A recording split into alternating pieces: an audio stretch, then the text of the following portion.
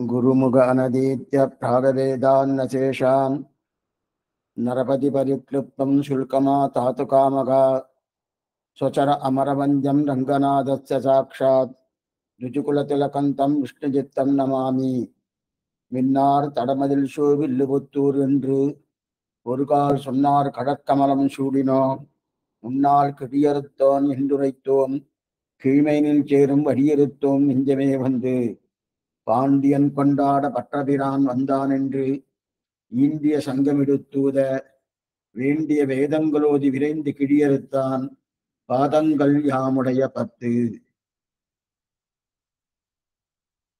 பகவீஷி என்று சொல்லக்கூடிய திருவாழ்மொழி அனுபவிப்பதற்காகவே முதலிலே பொதுத்தனங்கள் அனுபவித்துக் கொண்டு மேற்கொண்டு ஈடு வியாக்கியான தனியன்கள் என்ன, அந்த வியாக்கியானங்கள் அனுகிரகித்த அந்த நம்பில்லை, அந்த நம்பில்லையுடைய அந்த ஈடு 36,000 எப்படி வந்தது என்பதும், மேற்கொண்டு அது கொண்டு வந்த மகனியர்களுடைய தனியன்கள், பூர்வாச்சாரிகளின் தனியன்கள், அதையும் அனுபவிக்க பெற்றோம். இப்பொழுது அதில் அடுத்த பாகமாக திருப்பல்லாண்டை அனுபவிக்க பிராப்தமாக இருக்க, அதிலே கடந்த காலக்ஷேபத்திலே குருமுக அனதீத்திய பிராகவேதான்ன சேஷாங்கிற தனியனை அனுபவித்துக் கொண்டிருக்கிறோம். அது அநேகமா முடிஞ்சதுன்னே சொல்லலாம். அப்படி என்றால் குருமுக அனதீத்திய பிராகவேதான்ன சேஷான் நரபதி பரிக்லுப்தம் துல்கமா தாத்து காமகா. குருமுகமாக இவர் எதையும் கற்றுக்கொள்ளவில்லை. அப்ப பெரியாழ்வார் எப்படி தருகின்றார்? வேண்டிய வேதங்களோதி விரைந்து கிடியறுத்தான் தெரிவிக்கிறீர்களே, அந்த பெரியாழ்வார் எப்படி கற்றுக்கொண்டார் என்றால், தீதகவாடை பிரானார் பிரமகுருவாகி வந்துன்னு பகவானே அவருக்கு எல்லா அர்த்தங்களையும் கொடுத்தார். சாஸ்திரத்தை பூர்ணமாக கற்றுக் கொடுத்ததே பகவான் தான். அதனால குருமுக அனதீத்திய பிராகவேதான் சேஷான் நரபதி பரிக்லுப்தம் சுல்கமா தாத்து காமகா. அது மட்டுமல்ல, அவர் மாமனாரானார் பகவானுக்கு. சொச்சர அமரவஞ்சம் ரங்கநாதஸ்ய சாட்சாத். அமரவஞ்சம் என்று சொல்லக்கூடிய அந்த அமரர்களாலே தொடப்படுகிறார். சொச்சரம் மாமனார் ஆயிட்டார். தன்னுடைய பெண்ணை கொடுத்தபடியாலே மாமனார் ஆனார். துஜுகுல திலகந்தம் விஷ்ணுஜித்தன் நமாமி. அப்படிப்பட்ட உயர்ந்த பிராமணோத்தமராக இருக்கக்கூடிய அந்த குலத்திற்கு தலைவராக விளங்கக்கூடிய பெரியாழ்வாரை, விஷ்ணு சித்தரை வணங்குகிறேன் என்கிற இது இதிலே கடந்த காலக்ஷேபத்திலே நாம் அனுபவிக்க பெற்றது, வாசுதேவனே எல்லாம் என்று இருக்கக்கூடிய மகாத்மா கிடைப்பானா அர்ஜுனா தேடின்னு இருக்கேன்னு சொல்லிட்டு இருந்தார் கண்ணன். அந்த நிலையில இருந்தவர் தான் சுவாமி பெரியாழ்வார். ஏன்னா கண்ணன் கீதையில சாதித்தபடியே பெரியாழ்வார் இருக்கிறார். வாசுதேவனே எல்லாம் என்று இருக்கிறார் இல்லையா? அதனாலே அத்தனை ஆதரவு பெரியாழ்வார்கிட்டே பகவானுக்கு, வடபத்ரசாயிக்கு அத்தனை ஆதரவு. அந்த ஆதரவு இருக்கிறபடியால தான் அவருக்குண்டான வேதங்கள் என்ன மந்திரங்களை எல்லாத்தையும் உபதேசம் பண்ணார். அப்படிப்பட்ட விஷ்ணு சித்தம் விஷ்ணு சித்தரை சேவிக்கிறேன்னார். சரி சுவாமி, நமக்கு ஒரு சந்தேகம் வரும்.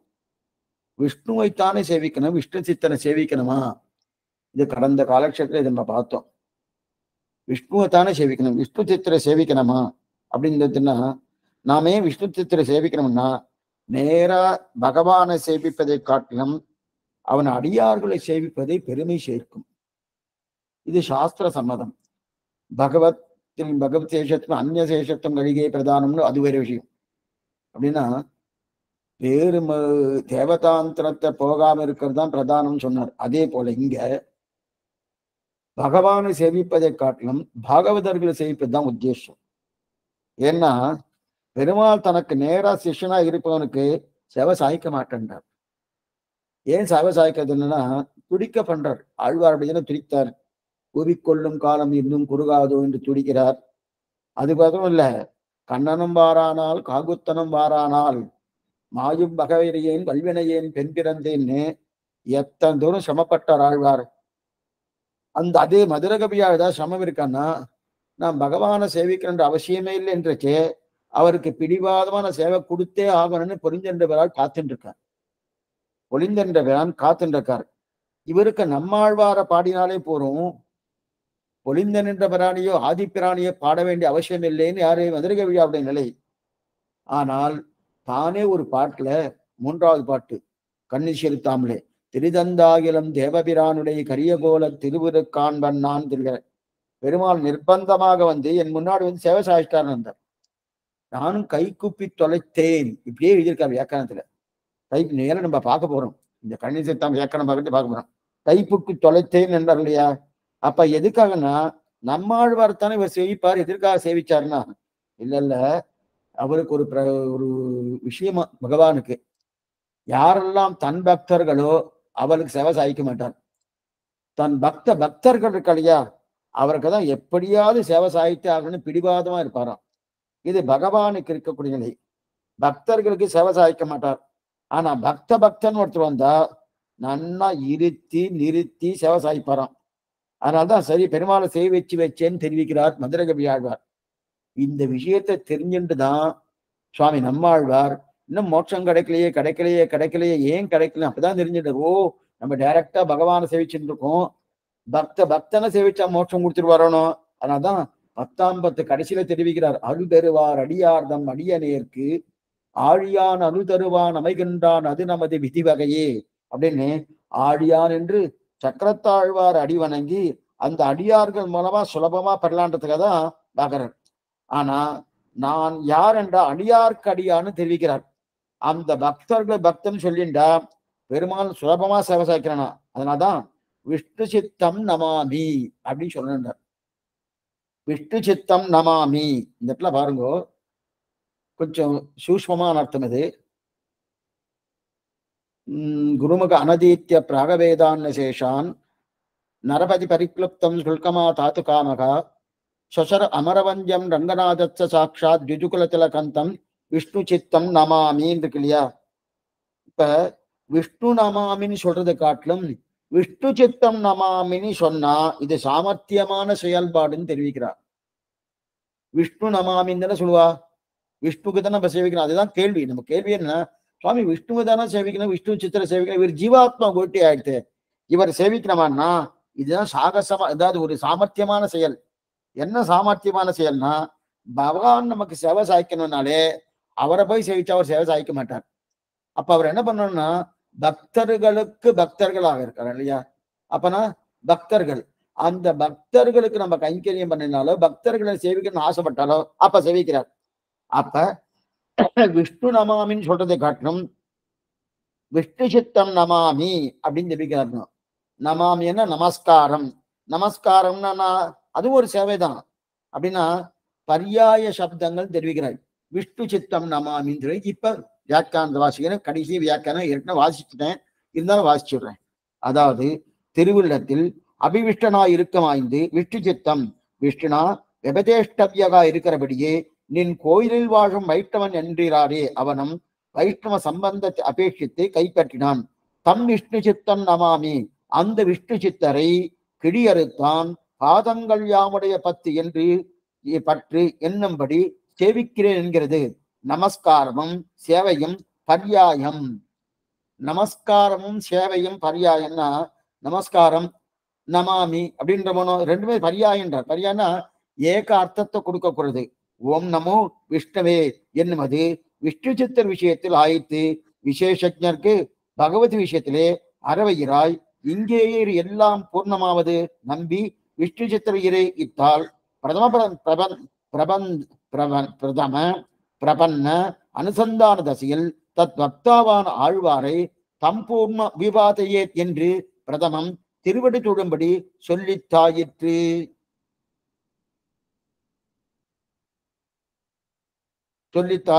அப்படின்னு இதோட அந்த வியாக்கியானத்தை பிடிக்கிறார். இப்ப பார்த்துவோம். பர்யாய சப்தங்கன்னா ஏக அர்த்தத்தை கொடுக்கக்கூடியது. விஷ்ணு சித்தம் நமாமி அப்படின்னா பர்யாய சப்தம் ரெண்டு சொற்கள் இருக்கு இல்லையா? நமஸ்காரம் என்னாலும் சேவைன்னு சொன்னாலும் ஒரே அர்த்தம் தான். புரியறதுக்காக நமகான்னு சொல்றணும். நமகான்னா என்ன சுவாமி? ந மகா ந மகான் மகான்னா எனக்கு நான் அர்த்தம். ந மகான்னா எனக்கு நான் அல்லேன்னு அர்த்தம். இப்ப பெரியாழ்வார் திருவடிகளுக்கு என்று நம்மையே அவர் திருவிடை வைக்கிறோமோனோ விஷ்ணு சித்தம் நமாமி. அப்ப அதான் நமஸ்காரம். அந்த நமஸ்காரம்னா சேவை. சேவைன்னா அந்த திருவடிகளுக்கு கைங்கரியம் பண்ணுதல். நமஸ்காரம், சேவை, கைங்கரியம் எல்லாம் பரியாயம், ஒரே அர்த்தத்தை கொடுக்கக்கூடியது.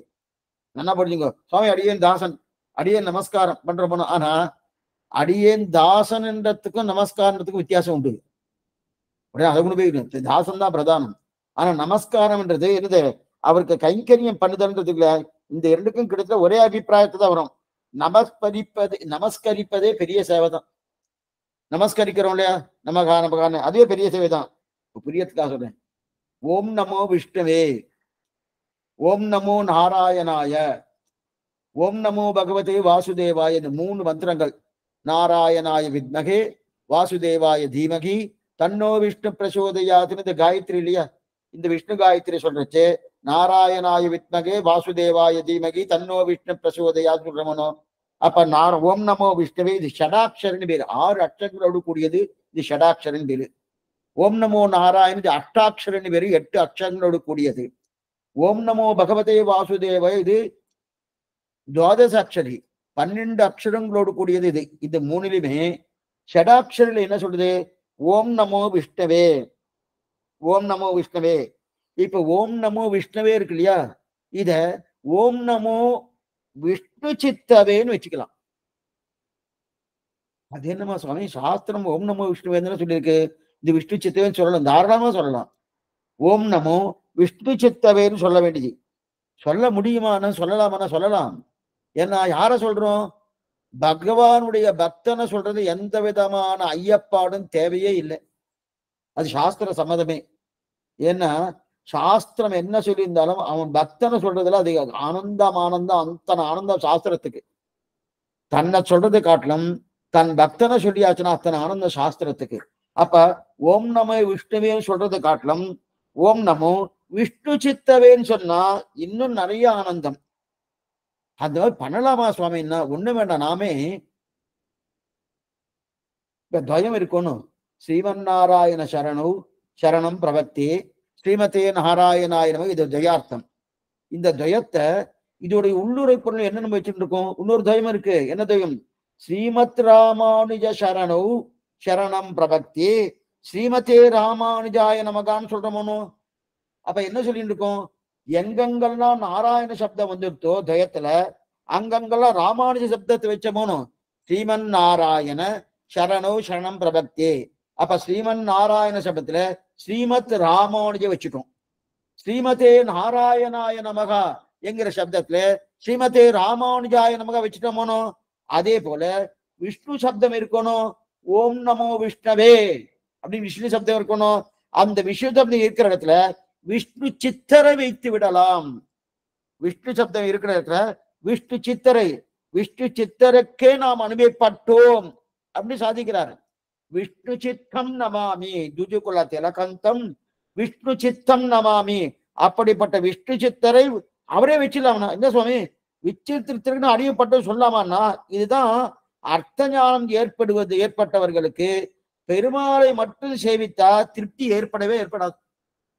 நன்னா பகவத் விஷயம் தெரிஞ்சிடுவா, நன்னா சாஸ்திரம் கிடைஞ்சிடா, சாஸ்திரத்தின் உள்ளுரை பொருள் தெரிஞ்சவா, ரொம்ப முக்கியம். சாஸ்திரத்தின் உள்ளுரை பொருள் தெரிஞ்சவா பகவத் விஷயம் மட்டும் தெரிஞ்சுட்டா அவளுக்கு சேவித்தா அவளுக்கு திருப்தி ஏற்படாது. பகவானை மட்டும் சேவிச்சா அவளுக்கு திருப்தி ஏற்படாது. புரியறதுக்காக சொல்றேன். இப்ப பகவானை மட்டும் சேவிச்சா என்ன தெரியுமா அர்த்தம்? இந்த ஒருத்தன் நன்னா போஜன பிரியர், அதாவது இதுல யுயுச்சு முமுட்சு புபுட்சுன்னுவா. முமுட்சுன்னா மோட்சத்துல இச்சை இருக்கிறவனுக்கு முமுட்சுன்னு பேரு. புபுட்சுன்னு நன்னா சாப்பாட்டுல பெரியவர் இருக்கிற புபுட்சுன்னு பேரு. யுயுச்சுன்னா யுத்தத்துல இச்சை இருக்கணும் யுயுச்சுன்னு பேரு. இப்ப மோட்சத்தை இப்ப சாப்பாட்டுல பிரியம் இருக்கிறானோ அந்த பிரியம் இருக்கவர் அரை வயிறு சாப்பிட்டா எப்படி சாமி? அரை வயிறு அதுக்கு சாப்பிடாம இருந்திருக்கலாம். அரை வயிறு சாப்பிட்டாலே இன்னும் வேணும். சாப்பிடாம இருந்தாலும் தேவலை. பாதி சாப்பிட்டு பாதி சாப்பிடாம இருந்தா அவளுக்கு தான் அகோர பசியா இருக்கும். அதே போல பகவானை மட்டும் சேவித்து விட்டு பாகவதர்களை சேவிக்கவில்லை என்றால் அறவயிறை சாப்பாடு சாப்பிட்டார் போல நம்முடைய சம்பிரதாயத்தை தெரிவிக்கிறார். அறவயிறு சாப்பிட்டார். அப்ப முன்பசிக்கு வந்துடுத்து, பின்பசிக்கு எதா பார்க்கணுமோனோ. முன்னாடி ஒரு பசி இருக்கு, பின்னாடி ஒரு பசி இருக்கு. முன்பசிக்கு யாரை பார்த்துட்டோம்? பெருமாளை சேவிச்சிட்டோம். பின்பசிக்கு எதா வேணுமோனோ. பின்பசி என்ன சுவாமின்னா, பாகவதால சேவித்தாத்தான் பின்பசி தீரும். முன்பசி தீருவதற்கு பகவான், பின்பசி தீர்வதற்கு பாகவதால் சேவிச்சான். இது திருப்பாவ வியாக்கியானத்துல பெரிய வாச்சகம் எடுத்திருக்காரு. இந்த அவதாரிகளை எடுத்து அவதாரிகளை இதை எடுத்திருக்கார் பெரியவாச்சான் பிள்ளை. ஆட்கொண்டவருடைய ஜீயன் ஒரு சுவாமி, அவர் ராமானுஜருக்கு நேர் சிஷ்யர். இந்த சரித்திரத்தை கேளுங்க. ராமானுஜருக்கு நேர் சிஷ்யர். அவர் என்ன பண்ணா, ஸ்ரீரங்கத்துல இது நடந்த சரித்திரம் இது. ஆட்கொண்டவல்லி ஜீயர் ராமானுஜர் பெரிய நேர் சிஷ்யர். அந்த சிஷ்யர் உள்ளுக்குள்ள போய் பெரிய பெருமாள் சேவிச்சுட்டு வந்தார். சேவிச்சுட்டு வந்த உடனே அந்த சேவிச்சு வெளில வந்தார். நஞ்சியர் அவர் வீழ்ந்து சேவிக்கிறார். நஞ்சியர் பராசர பட்டருடைய சிஷ்யர். அதாவது ராமானுஜரின் சிஷ்யர் கூரத்தாழ்வார், கூரத்தாழ்வாருடைய திருக்குமாரர் பராசர பட்டர், பராசர பட்டருடைய சிஷ்யர் நஞ்சியர். ஆனால் சுவாமி ராமானுஜரின் நேர் சிஷ்யர் யார் தெரியுமா? ஆட்கொண்டவண்டி ஜீயர். அந்த ஜீயர் என்ன பண்ணார், உள்ளுக்குள்ள போய் சேவிச்சுட்டு வந்து நேர பெரிய பெருமாள் சேவிச்சுட்டு வந்து வெளில வந்தார். வெளில வந்தோன்னே பராசர பட்டருடைய சிஷ்யராக இருக்கிற நஞ்சியர் கேட்கிறார், நன்னா பெருமாள் சேவிச்சாரா? அவர் விழுந்து சேவிச்சுட்டு கேட்கிறார், பெருமாள் நன்னா சேவிச்சாரா? பெருமாள் நன்னா மங்களா சாதனை பண்ணலா அப்படின்னு கேட்ட உடனே அவர் அது பதில் சொல்றார், சேவிச்சேன் சேவிச்சேன் அப்படின்னார். சில பேர்லாம் நன்னா இருக்கல சுவாமினா, நன்னா இருக்க நன்னா இருக்க அப்படின்னா இருக்கிறபடி இல்லைன்னு அர்த்தம். நன்னா இருக்க சௌக்கியமா இருக்கன்னா அப்பவும் அர்த்தம் வேறு, இழுத்தாலே ஒரு அர்த்தம் வேறு. நன்னா இருக்கேன் சுவாமி, ஒன்னும் எனக்கு ஒன்னும் கஷ்டம் இல்லை சுவாமி அப்படின்னா அப்ப நன்னா இருக்கணும். நன்னா இருக்க ஏதோ இருக்க அப்படின்னா நன்னா இல்லைன்னு அர்த்தம். அதே போல சேவிச்சு வந்தவனே சேவிச்சேன், நான் சேவிச்சேன். என்ன சுவாமி அதிருப்தியா சொல்லிட்டு, திருப்தி இல்லையா? இல்லைன்றார். ஆட்கொண்டவல்லி ஜீயர் ராமானுஜருக்கு நேர் சிஷ்யர். திருப்தி இல்லையானா திருப்தி இல்லைன்றார். ஏன் சுவாமி திருப்தி இல்லையா? இப்ப மறுபடியும் போய் சேவிச்சுட்டு வருமே. இப்ப போல அன்னைக்கு கூட்டம் 1000 வருஷத்துக்கு முன்னாடி கூட்டம் இருக்குமா? ஒன்னும் கூட்டம் இருக்காது. மறுபடியும் சேவிச்சுட்டு வரலவனே, நான் 100 தடவை சேவிச்சாலும் இதைதான் சொல்லுவேன். ஏதோ குறை இருக்கு போல் இருக்கு. அப்ப நம்பெருமாள்கிட்ட குறையா இல்ல பெரிய பெருமாள்கிட்ட குறையா? என்ன குறை இருக்க? குறை எங்கிட்ட இருக்கு, குறை எங்கிட்ட இருக்கு சுவாமி. தேவரீரை இந்த வார்த்தை சொன்னா நாங்கெல்லாம் என்ன பண்ண? நஞ்சியர் கேட்கிறேன். ஏன்னா நஞ்சியர் எவ்வளவு சிறியவர் தெரியுமா? நேரடியான சிஷ்யர் ராமானுஜருக்கு ஆட்கொண்டவல்லி ஜீயர். ஆனா நஞ்சியரோ ராமானுஜ சிஷ்யருக்கு பிள்ளைக்கு அவருடைய திருக்குமாரருக்கு சிஷ்யர். அப்படி இருக்க செய்தே இப்ப இவருக்கு என்ன வயசு இருக்கும்? அவருக்கு பெரியவரா இருக்காரனோ? தேவரீரே இந்த மாதிரி சொல்லியாச்சுன்னா அப்ப நாங்கெல்லாம் என்ன சொல்றேன்னா, இல்ல இல்ல அடி ஏன் சொன்னேன்னு கேட்டுக்கோ. பகவானை சேவிச்சேன், ஆனா இன்னும் பாகவதோட அபிமானம் ஏற்பட்டு அவளை சேவிச்சாதான் முழுமையான சேவையே பூர்த்தின்னு தெரிவிக்கிறார். இது 1000 வருஷத்துக்கு சரித்திரம் இது. பாப்பா பெரிய பெருமாள் சேவிக்கிறது மனம் ஒத்துக்கிறதே தவிர, ஏன் இவரே சொல்றாரு ஒத்துக்கிறதே தவிர அவருடைய பக்தர்களை கை கூப்ப மனசு இன்னும் வரலன்றார். அன்னைக்கே அவர் சொல்லிட்டு இருக்காரு. இன்னைக்கு நம்ம நிறைய பேர் அதை பண்ணிட்டு இருக்கோம். பிரதானம் பெரிய பெருமாள் சேவிக்கிறோமோ இல்லையோ, அவருடைய அடியாறுகள் தான் குழாங்களாய் அடியேருடன் கூடி நின்று ஆடுவினே. மக்கள் சேவை, மகேசன் சேவை. மக்கள்னா யார் சுவாமி? பகவானுடைய அடியார்கள் தான் மக்கள். அந்த அடியார்களை சேவிச்சா அதுதான் ததியாராதனை பேரு. ததியாராதனை சாப்பாடுன்னு நினைச்சுட்டு இருக்கோம். கிடையவே கிடையாது. கிடையாதுன்னா உண்டு, ஆனா அது மட்டும் அர்த்தம் இல்லை. தத்துன்னு பகவானுக்கு பேரு. அந்த ததியர்களை அந்த தத்துவான பகவானை ஆராதிப்பவர்கள் ததியர்கள்னு பேரு. அந்த ததியர்களை ஆராதிப்பதுதான் ததியாராதனை.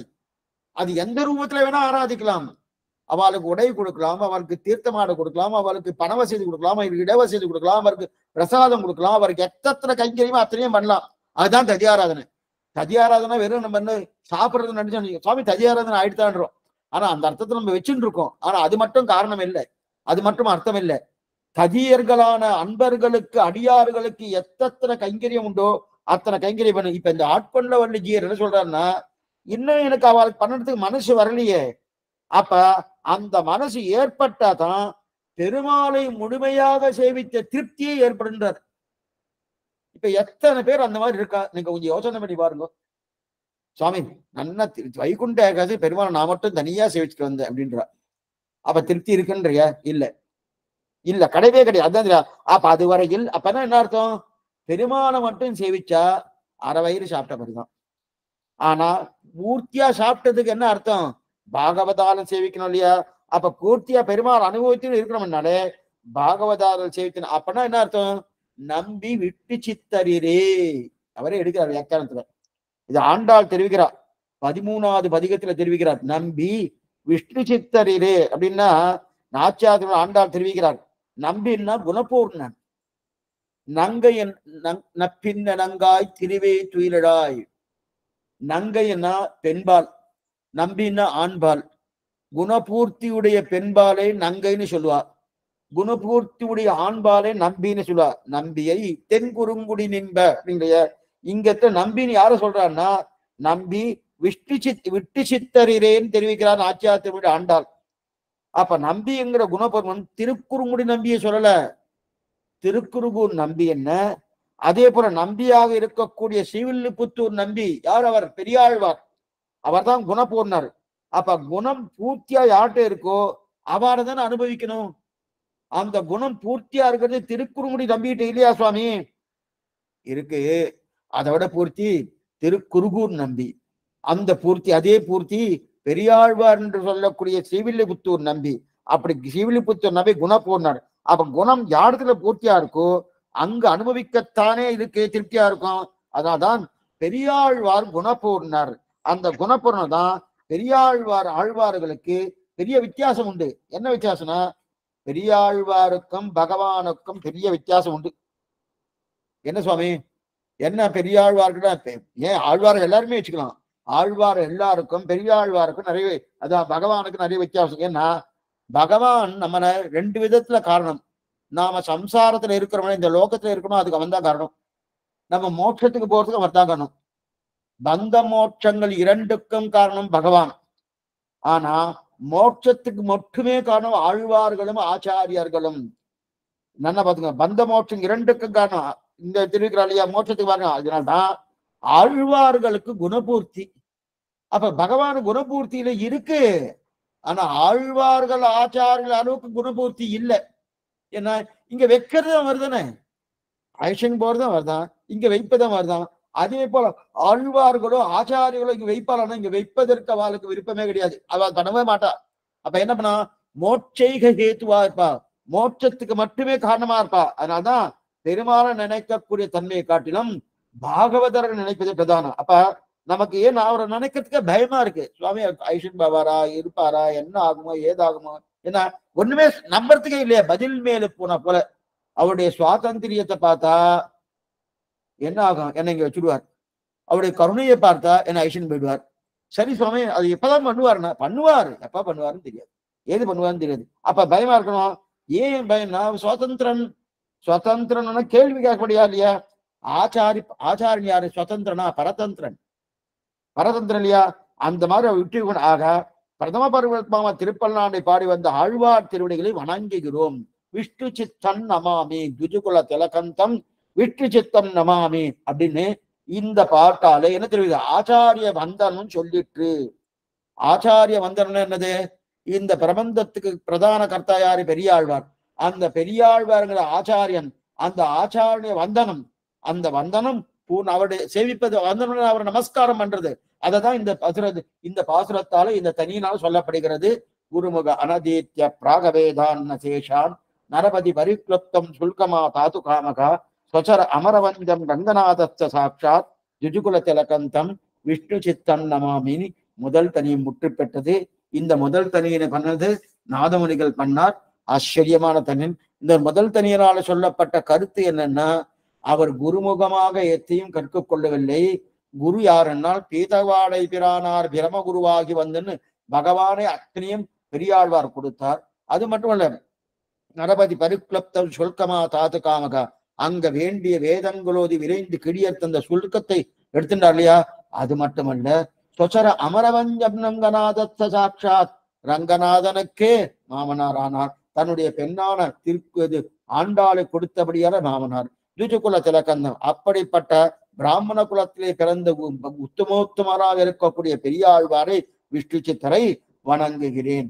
ஏன் சுவாமினா, விஷ்ணுவை வணங்குவதை காட்டிலும் விஷ்ணு சித்தரை வணங்கினால் நமக்கு என்ன சுவாமி? குணபூர்த்தி அங்க இருக்கு, அதனால் வணங்குகிறேன் தெரிவிக்கிறார். இது முதல் தனியின் முற்று பெற்றது. குருமுக அனதீத்திய பிராகவேதான்னசேஷான் நரபதி பரிக்தப்தம் சுல்கமா தாத்துகாமுக சசர அமரவந்தம் ரங்கநாதத்த சாட்சா துதிகலதலகந்தம் விஷ்ணுஜித்தன் நமாமி. அடுத்த இரண்டாவது தனியன் பாண்டிய பட்டர் அருளி செய்தது. ரெண்டு தனியன் இருக்கு. இனி இது வரைக்கும் பார்த்தது சம்ஸ்கிருத தனியன். இனிமே பார்க்கப்படும் ரெண்டு தனியுமே பாண்டிய பட்டர் அருளி செய்தது.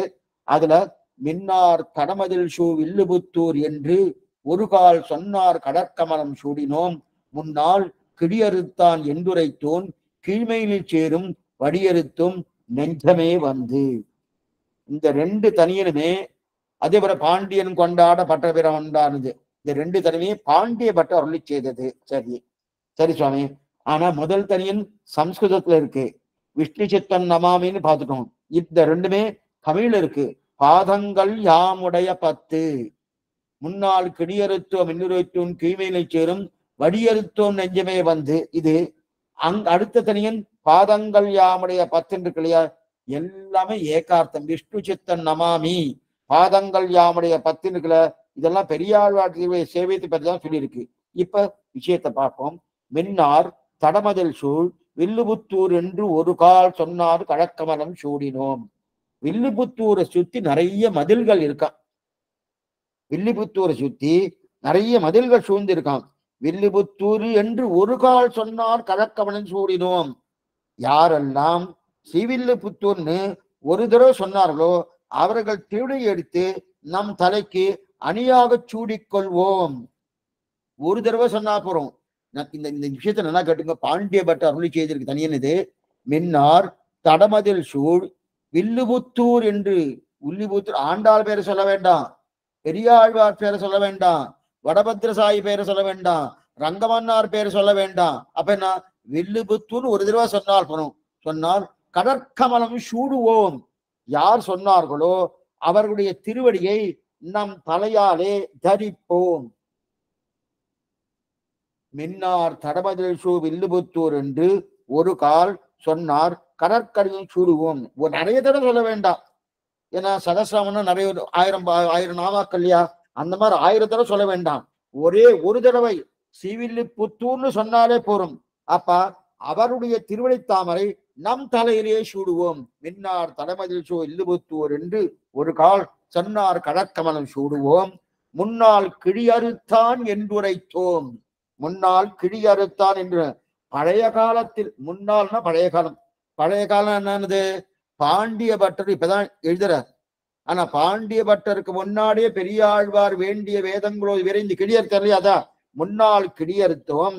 அந்த இனக்கிழி வித்யா சுல்கமாக கிழிய வைத்த காலத்திலே பெரியாழ்வார் பாண்டிய அரச சபைக்கு சென்று அந்த சதசிலே பங்கு கொண்டு வேதத்தை அந்த அர்த்தத்தை அறிந்துவிட்டு ஸ்ரீமன் நாராயணனே பரதெய்வம் என்று கிழிய அறுத்தால் பரிசாக வென்றாரனோ, அந்த கதை யார் சொல்றாரோ அது சொன்னதற்கு என்ன பலன் கிடைச்சத கீழ்மையில் சேரும் வடியறுத்தோம் நெஞ்சமே வந்து. நெஞ்சமே, உன்னுடைய சகாயம் இல்லாமல் பெரியாழ்வார் கதையை நான் சொல்லியிருக்க முடியாது. நெஞ்ச கொண்டாடுறா இந்த பாண்டிய பட்டர், நெஞ்ச கொண்டாடுற, தன் நெஞ்ச கொண்டாடுறார். என்ன கொண்டாடுற, நெஞ்சமே, இந்த பெரியாழ்வாருடைய வேண்டிய வேதங்கள் ஓதி விரைந்து கிடியறுத்தான் இல்லையா, என்னென்ன வேதங்கள் உண்டோ பகவானுடைய அனுகிரகத்தால பண்ணாரனோ அப்படின்னு பண்ணதை என்னுடைய வாயால சொன்னனோ, வாயால சொன்னா மனசு சொல்லணுமோ, மனசு சகாயம் பண்ணாம வாய் சொல்லுமா, அதான் நெஞ்சமே வடியறுத்தோம் நெஞ்சமே வந்து. அந்த சகாயம் இருக்கு இல்லையா, அப்ப அந்த நெஞ்சு ஆழ்வார்ல வந்து 2 பேர் கதை சொல்லி கொள்ளலாமே என்று கேட்டுக்கொண்டுதான் நெஞ்சு தனியா வந்துடுத்து. நெஞ்சு தனியா வந்து இந்த ஆழ்வார் கதையை பேசலாமா, யாரு, பாண்டிய பட்டருடைய நெஞ்சு. அந்த நெஞ்சு வெளில வந்து, சுவாமின்னு நீரு நானும் பேச நச்சித்தாக மத்கத பிராணாக போதயந்த பரஸ்பரன்னு ஒருத்தருக்கு ஒரு ஸ்ரீ வைஷ்ணவா சேர்ந்தாலே பகவத் சம்பந்தம், பாகவத சம்பந்தம், ஆச்சாரிய சம்பந்தத்தை தான் பேசணும். மத்தெல்லாம் ஊர்கதையே பேசப்படாது. இல்ல சுவாமி பேசினாதான் நல்லதுன்னா, இதை பேசினாலும் மத்ததான் நல்லது கிடைச்சிடும். இதுக்கு சொல்ல வந்ததுன்னா இதை பேசுறோமோனா அந்த மாதிரி பேசிட்டு இருக்கச்சே இந்த நெஞ்சு கேட்கறதான் இது பேசலாமே விஷயம்னா.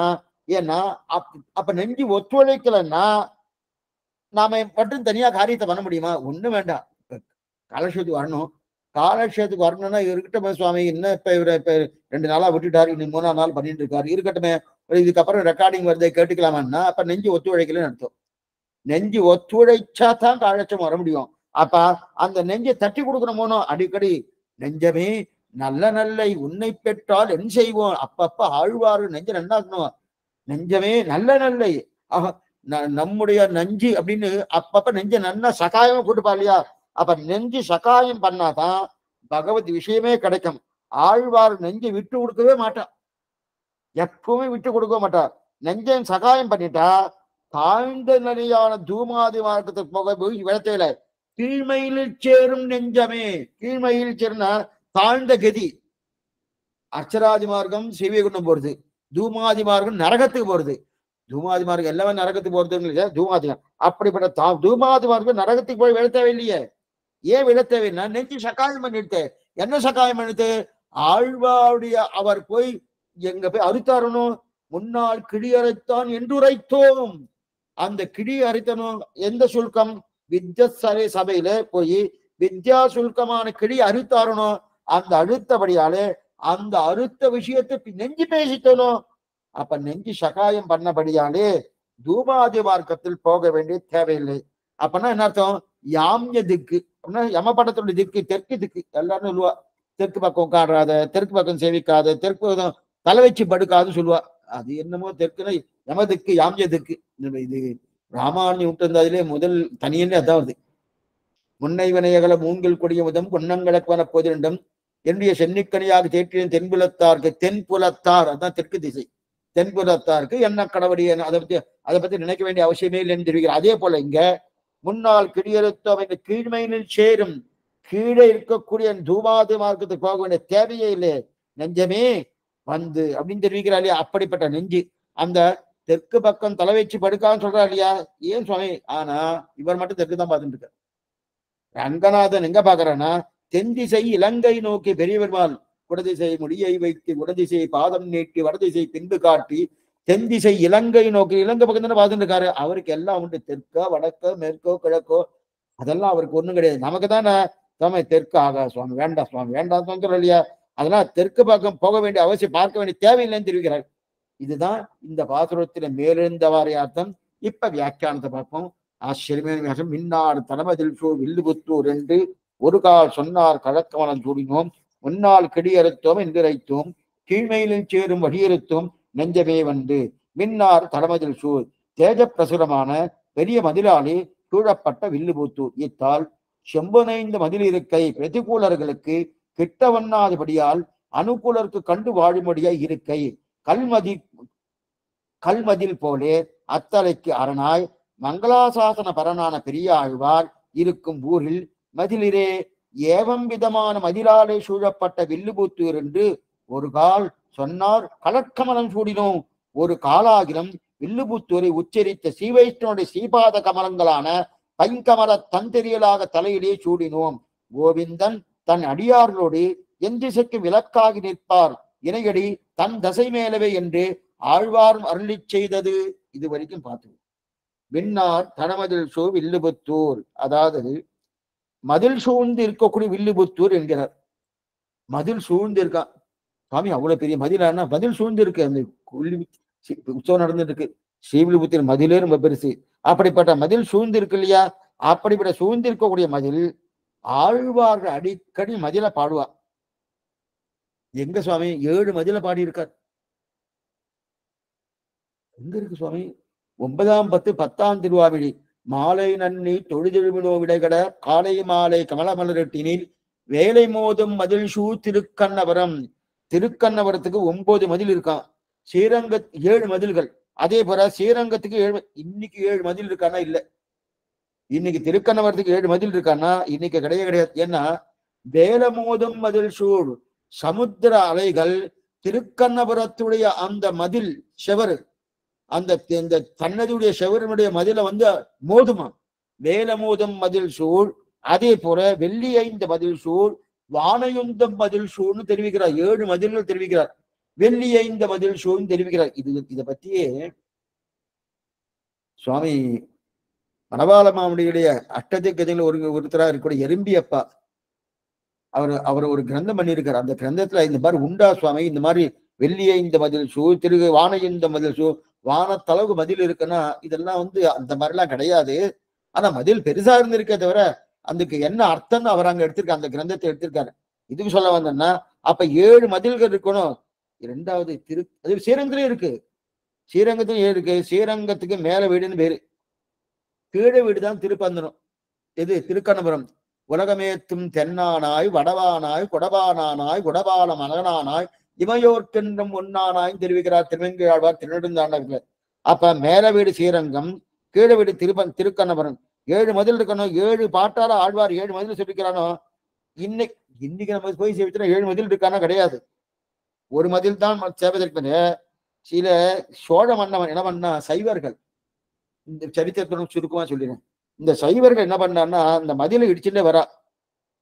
இது அன்னிலிருந்தே உண்டு. மதிலை இடிச்சுன சிவா பரதரம் நாஸ்தினி எப்படி புறத்தாழ வயசுல கண்ணு பறி போயிடுத்தோ, அங்கங்க சைவர்களுக்கும் வைணவர்களுக்கும் அங்கங்க பெரிய பெரிய பிரச்சனை இருந்தே இருக்கு.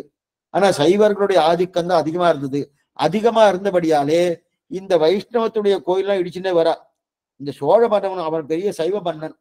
அந்த சைவ மன்னன் என்ன பண்ணா, சௌரி பெருமாளுடைய இந்த வேலையுந்த மதில் 7 மதில்கள் திருக்கண்ணன் சௌரி உத்பலா வதகே திவ்யை விமானே புஷ்கரேஸ்வரம் சௌரிராஜ மகம் வந்தே சதா சர்வாங்க சுந்தரம். ஆச்சரியமான சன்னதி. சரணமாகும் தனதால் அடைந்தார்க்கெல்லாம் மரணமானால் வைகுந்தம் கொடுக்கும் பிரான் அரணமைந்த மதில்ஷூ திருக்கண்ணபுர தரணையாளன் தனதன்பர் கண்பாகமே. அப்படிப்பட்ட அந்த சௌரி பெருமாள், அந்த சௌரி பெருமாளுடைய ஒவ்வொரு மதிலும் இடிச்சுட்டு வரான். யாரு? சோழ மன்னவன். இடிச்சுட்டு வச்சு அரையர் சுவாமி சேவிச்சுட்டு இருக்கார். சேவிச்சுட்டு இருக்கச்சு சோழ மன்னன் வடிச்சே இடிச்சுன்னு வரைச்சு விஷ்ணு கோயிலாம் தரமட்டமாக்க போறேன் அப்படின்னு அவன் அப்படியே ஆகிட்டு இருக்கான். அரையரோ பெருமாள்கிட்ட பிரார்த்திக்கிறாரு. சுவாமினே இந்த மாதிரி ஒவ்வொன்றும் அடிச்சுன்னு வரானே நீ பேசாம இருக்கியே, நீ ஏதாவது சிக்ஷிக்க வேண்டாமா, அவனை அந்த மாதிரி அடிக்க விடாம பண்ண வேண்டாமா, ஒவ்வொரு மதிலும் இடிச்சுட்டு வரானேன்னு சொல்றச்சே அவர் ஒவ்வொரு கோயிலும் ஒவ்வொரு மதிலும் இடிச்சுட்டு வரான். இவர் ஏதாவது நடவடிக்கை எடுக்கப்படாதா? ஒண்ணுமே எடுக்கலையேன்னுச்சு. அவர் என்னைக்கு பேசியிருக்காரு? பேசவே இல்லை. ஒரு வாரம் திருக்கண்ணவர் சௌரி பெருமாள் ஒரு வார்த்தையும் பேசவே இல்லை. பேச இருக்கும்போது இன்னைக்கு நம்ம இருக்கிற மாதிரி தான் அன்னைக்கு இருந்திருக்காரு. பேசாம இருந்தார்.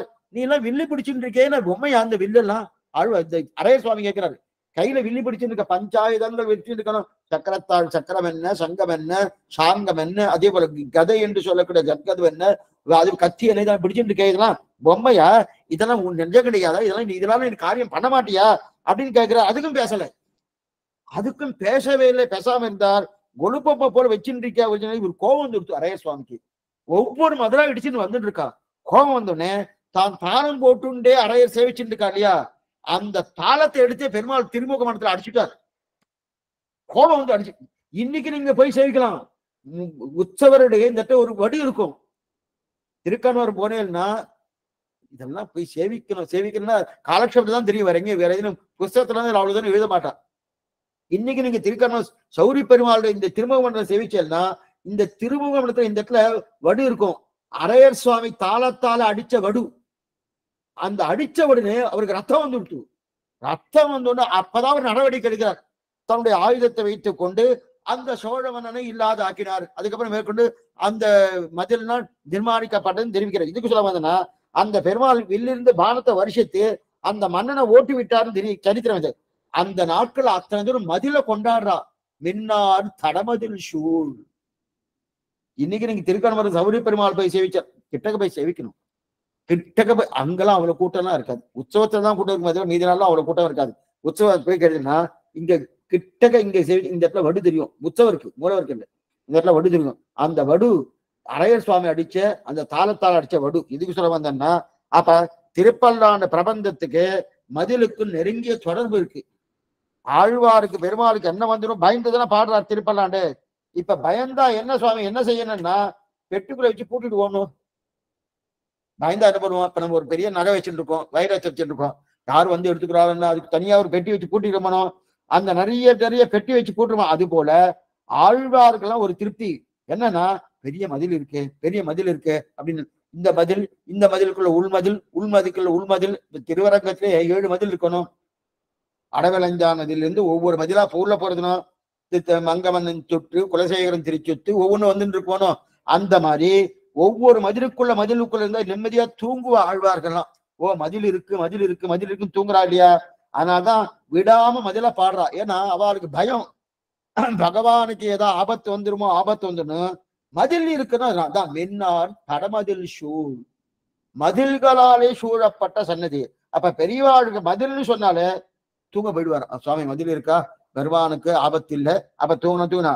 ஆனால் இத கொண்டு போய் ஆச்சாரடி கேட்டா, சுவாமி அந்த மதிலா ரட்சிக்க போறது, அந்த மதிலா ரட்சிக்க போறது, அந்த மதில் ரட்சிக்க போறதுல ஆழ்வாவுடைய பாசுரங்கள் தான் ரட்சிக்கும். அந்த மதில் ரட்சிக்க போறது இல்ல. ஆழ்வாடு ஏன்னா துலுக்கர்களாலே படையெடுத்த போது அந்த மதில்லாம் உடைக்கப்பட்டது.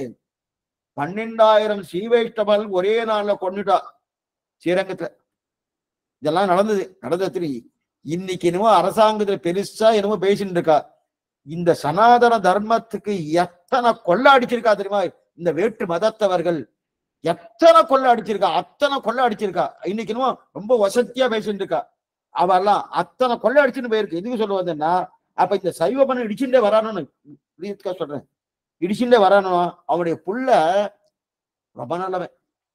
இந்தளத்திலே தாமரை பூத்தார் போலே அந்த சைவனை முடிச்சுட்டு வரான். இடிச்சுட்டு அந்த பிள்ளை ரொம்ப உயர்த்தியா படுத்தான். அவ்யவதேசத்தில் அனந்தரத்தில் அவன்னு வியாக்கியானத்தில் இருக்கிறார். அவ்யவதேசத்திலே அனந்தரத்தில் அவன்னா பரம ஸ்ரீவைஷ்ணவன். அந்த சைவனுடைய ராஜாவுடைய புள்ள பரம ஸ்ரீவைஷ்ணவன். அவன் என்ன பண்ணனா, இந்த ராஜா எத்தனை அபச்சாரப்பட்டனோ அத்தனைக்கு நல்லவன் அந்த பிள்ளை. அவன் தகப்பனாரை பார்த்து கேட்கிறான், ராஜாவை பார்த்து கேட்கிறான், நீ என்ன நினைச்சுட்டு இருக்க? கோயில் எல்லாம் இடிச்சுட்டா, மதில் எல்லாம் இடிச்சுட்டா, ஸ்ரீவைஷ்ணவத்தை அழிச்சிடலாம் நினைக்கிறியா அப்படின்னு. ஆமா, கோயில் மதிலாம் இடிச்சிடுவேன், இடிச்சிடுனா ஸ்ரீவைஷ்ணவம் இருக்காதுன்னு. தப்பா பேசிட்டு இருக்க, உனக்கு புரியல, உனக்கு புத்தியை கட்டி போயிடுத்து. யாரு? தகப்பனாரை பார்த்து, ராஜாங்கிற தகப்பனாரை பார்த்து பிள்ளை இளைய ராஜா அவன் கேட்கறான் அந்த வார்த்தை. நீ தப்பா புரிஞ்சுட்டு இருக்க. ஸ்ரீராமாயணம் திருவாய்மொழி இருக்கிறவர் என்று ஸ்ரீவைஷ்ணவத்தை அழிக்க முடியாதுன்றார். இதுதான் சத்தியம். ஸ்ரீராமாயணமும் நனபடுங்க, ஸ்ரீராமாயணம் திருவாய்மொழி இருக்கிற பரியந்தம் ஸ்ரீவைஷ்ணவ இந்த மதில் ஒண்ணும் ரட்சை கிடையாது. அவளுக்கு ரட்சை எது? காப்பு எது? அந்த காப்பே எது? அந்த ரக்ஷா பந்தனமே எதுன்னா ஸ்ரீராமாயணம் திருவாய்மொழி இருக்கிறவங்க அறுக்க முடியாதுன்னு தெரிவிக்கிறார். இதுக்கு சொல்ல வந்தனா அந்த மாதிரி இந்த ரெண்டு பிரபந்தம் தான் பிரமாணம் தெரிவிக்கிறாரு. அதுதான் மதிலே தவிர, அதுதான் பெருமாளை ரட்சிக்கிறதே தவிர, அதே போல பகவானுக்கு மதில் ரட்சணம் என்று சொல்றதை விட அடியார்கள் பாடுகிற பல்லாண்டு தான் ரட்சணம். அதான் பல்லாண்டு பாடுறோம். ஏன் பல்லாண்டு? அதான் ரட்சணம். பல்லாண்டு பல்லாண்டு பல்லாயிரத்தான். நாமளே பெருமாளை சேவிக்க போனா என்ன பண்ணணும்னா, சேவிச்சுட்டு வந்து சொல்லப்படாது. சுவாமி மங்களாசாசனம் பண்ணிட்டு வந்து, மங்களாசாசனம் என்ன மங்களாசாசனம்? பல்லாண்டு நீ நன்னா இருக்கணும், நீ நன்னா இருக்கணும், அவ்வளவுதான். அவர் நன்னா இருக்கணும் நாம சொல்லணுமா? சுவாமி மேல பார்க்க போறோம். அவர் நான் நன்னா இருக்கணும் அவர் சொல்லணுமா? அவர் நன்னா இருக்கணும் நம்ம சொல்லணுமா? அவர் நன்னா இருக்கணும் நம்ம சொல்லணும். அதுக்கு ஆசீர்வாதம் இல்லை. அதுக்கு என்ன தெரியுமா? வாழ்த்துதல்னு பேரு. ஒரு 80 வயசு பெரியவர், அவர் ஏதோ பண்ணிட்டு இருக்காருன்னு வச்சுக்கேன். அவரை பார்த்து, சுவாமி இதவருக்கு நன்னா இருக்கணும், இதவருக்கு நன்னா இருக்கணும், நன்னா இருக்கணும்னா அப்படின்னா வாழ்த்துருவோம். அப்படின்னா என்ன? அவருக்கு ஆசீர்வாதம் பண்றோம் அர்த்தமா? அது ஆசீர்வாதம் இல்லை, அதுக்கு பேரு தான் வாழ்த்துதல் பேர். அதுதான் பல்லாண்டு. அந்த பல்லாண்டு தான் அப்ப ஆழ்வாவுடைய பல்லாண்டு தான் மதில் காப்புன்னு தெரிவிக்கிறார் இல்லையா? அதுதான் ரட்சணம். ஆக ஆழ்வார்களை பொறுத்தவரையில் இந்த மின்னார் தடமல் தான் காப்பு. ஆனா ஆச்சாரியர்களை பொறுத்தவரை ஆழ்வாருடைய மங்களாசாசனம் தான் காப்பு. ரெண்டு விஷயம் தெரிஞ்சுக்கணும். ஆழ்வார்களை பொறுத்தவரையில் அவளுக்கு எது காப்பு? ஓ இந்த மதில்கள் தான் காப்புன்னு ஆழ்வார்கள். ஆனா ஆச்சாரியால் தான் என்ன பண்ணுவார்? நாதபணி தொடக்கமான மனபாலமான பரியத்தை என்ன பண்ணுவார்னா, இல்ல ஆழ்வார்கள் பாசுரங்கள் தான் மங்களாசாசனம், அதுதான் காப்பணும். இதுதான் சம்பிரதாயத்துடைய பிரதான அர்த்தமே இதுதான். இதுக்கு சொல்ல வந்தனா, மதில பார்த்தாலே பல பலன் இருக்கலாம். மின்னார் தரமதில் சூழ் பல பலனும் இருக்குமா? உயர்ந்த மதில், மின்னார் தரமதில் சூழ் சொர்ணமயமான மதில். அதான் ரொம்ப முக்கியம். சொர்ணமயமான மதில்னா அதாவது அது சிகரங்கள் வஜ்ரம் மாணிக்கு இதையாலே மதில். அந்த அந்த மாதிரிலாம் கிடையாது. ஆனா சூரிய ஒளிப்பட்டு அது பார்க்கறச்சு அது மாதிரி வஜ்ரத்தை போல இருக்குமா, சொர்ணத்தை போல இருக்குமா, அந்த மாதிரி மதில் ரொம்ப உயர்ந்து இருக்கக்கூடிய. எப்படின்னா இந்த மதில் எப்படி இருக்குன்னா ஆகாசத்தை போல உயர்ந்து இருக்குமா. ஆகாசம் எவ்வளவு உயர்ந்து இருக்கு அதை போல உயர்ந்து இருக்காங்க. எப்படி சுவாமி? அதுக்கு என்ன எக்ஸாம்பிள்னா, சந்திரன் போயிட்டே இருக்கணும். ஆமா, பௌர்ணமினா போயிட்டு இருக்கணும். போயிட்டு இருக்கச்சே அந்த சந்திரனுக்கு ஏதாவது உட்கார்ந்து இலைப்பாறணும். இப்ப நாம போது நடந்து போயிட்டு வச்சுக்கேன், நடந்து போயிட்டு இப்ப இருக்கு எப்பெல்லாம் ஸ்ரீரங்கம் போறாரோ அவருக்கு திருநீர் மேல கட்டி சாதம். திருமங்கை ஆழ்வாருக்கு ஸ்ரீரங்கம் போச்சு நடுவில் இலைப்பாறதுக்கு கங்கனா மண்டபம் சொல்றா இல்லையா, கங்கை கொண்டா மண்டபம். பகவான் ஊர்வலம் போறாருன்னு புறப்பாடு வச்சு ஒரு இடத்துல நடுவில் கங்கை கொண்டா மண்டபம் நடுவில் நிற்பார், ஒரு மண்டபத்துக்கு போயிடுவார், அங்கிருந்து திருப்பி வருவார். அது அப்படின்னா அதுக்கு தங்கக்கூடிய இடம். நாமும் ஒரு இடத்துக்கு போனோம்னா அப்படியே நேரடியாக போக முடியாது, தங்கிட்டு தானே போவோம். அது தங்கும் இடம் தான் திருநீர்மலை இருக்கு, திருமங்கை ஆழ்வாருக்கு. அதே போல இந்த இந்த நிலா என்று சொல்லக்கூடிய சந்திரன் போயிட்டே இருக்கணும்னா கொஞ்சம் தங்கனம் போகணும். எங்க சுவாமி தங்குறதுன்னா அப்படிப்பட்ட மாதிரி அவ்வளவு தூரம் உயர்ந்து இருக்கக்கூடிய அந்த நிலா இந்த மதில்ல வந்து தங்கிட்டு போகுமா. ஓ ரொம்ப சிரமமா இருக்குன்னு ஆகாசத்துல தங்குறது தங்கி இலைப்பாறுதுன்னா மதில்கள் உட்கார்ந்து விட்டு போகுமா. அந்த அளவுக்கு சந்திரன் அளவுக்கு உயர்ந்து இருக்கக்கூடிய மதில். அதனால மென்னார் மதில் வில்லுமுத்தூர் அவ்வளவு உயர்ந்த மதிலாம். சாமி சந்திரன் அங்க வந்து தங்குமான்னா இதுதான் அடைய முதலிய சொன்ன எறும்பியப்பா இதுக்கெல்லாம் சமாதானம் சொல்லியிருக்கா எப்படின்றது இது சொல்ல வந்தன. அப்படிப்பட்ட மேலும் பட்டர் தெரிவிக்கிறார் ஒரு ஆச்சரியமான விஷயம் ஸ்ரீரங்கராஜ புத்தகத்துல என்னன்னா, ஸ்ரீரங்க நகரத்தையே ஒரு பெண்ணா சித்தரிக்கிறார் ஸ்ரீரங்கராஜர். ரொம்ப நாள் எடுத்துக்கிறார். ஸ்ரீரங்க நகரத்தையே ஒரு பெண்ணா சித்தரிக்கிறார். அந்த பெண்கள்னா ஸ்ரீரங்க நாச்சியாருக்கு தோழிகள். நான் கைங்கரியம் பண்ணுவா. ஸ்ரீரங்க நாச்சியார் விளையாட்டுக்கு புதுசா ஏதாவது பொருள் வேணுமனோ, குழந்தைக்கெல்லாம் விளையாடுறதுக்கு பொருள் வேணுமனோ, அந்த பொருள் கொடுத்தா பரவாயில்லையனோ, பொம்மை கொண்டு வந்து கொடுக்கலான்னு ஸ்ரீரங்க பெண்ணுக்கு ஆசை. அதனால என்ன பண்ணா, ஊர்ல நிறைய தோரணமா இருக்கணும், அந்த தோரணமா கட்டி காரணம், அந்த தோரணமா கட்டி இருக்கக்கூடிய அந்த தோரணை வச்சுதான் அதான் வளையம். அந்த வலையை வைத்துக் கொண்டு ஸ்ரீரங்கங்கிற பெண் தோரணம் கொடி என்ற வலையை வைத்துக் கொண்டு என்ன பண்ணுவா, சந்திரனை பார்த்து அந்த சந்திரனுக்குள்ள சிறியதா ஒண்ணு இருக்குமோ கருப்பு புள்ளி, அந்த கருப்பு புள்ளி தான் மான் குட்டியா. சந்திரனுக்குள்ளே ஒரு திட்டு மாதிரி ஒண்ணு இருக்குமோனு கருப்பு புள்ளி, அந்த கருப்பு புள்ளி தான் மான் குட்டி அல்லது முயல் குட்டின்னு வச்சுக்கலாம். அந்த முயல் குட்டி தான் அதை ஸ்ரீரங்கநாச்சியாருக்கு விளையாட பிடிச்சு கொடுக்கணுமா. மான் குட்டியோ முயல் குட்டியோ குடிக்கணும்னா எப்படி சாமி பிடிக்கிறது, அது பிடிக்கணும்னா வலை வீசணுமானோ. அந்த வலை வீசத்துக்கு தான் அந்த ஊர்ல கட்டி வைத்து இருக்கக்கூடிய விதானங்கள் நிறைய மாவிலை தோரணங்கள் அதையெல்லாம் வலையா வீசி சந்திரனை கொண்டு போய் இடிக்கிறதாம். அந்த அளவுக்கு மேல இருக்கான். இடிச்ச உடனே அப்படின்னா மதில் அவ்வளவு பெருசா இருக்கான்.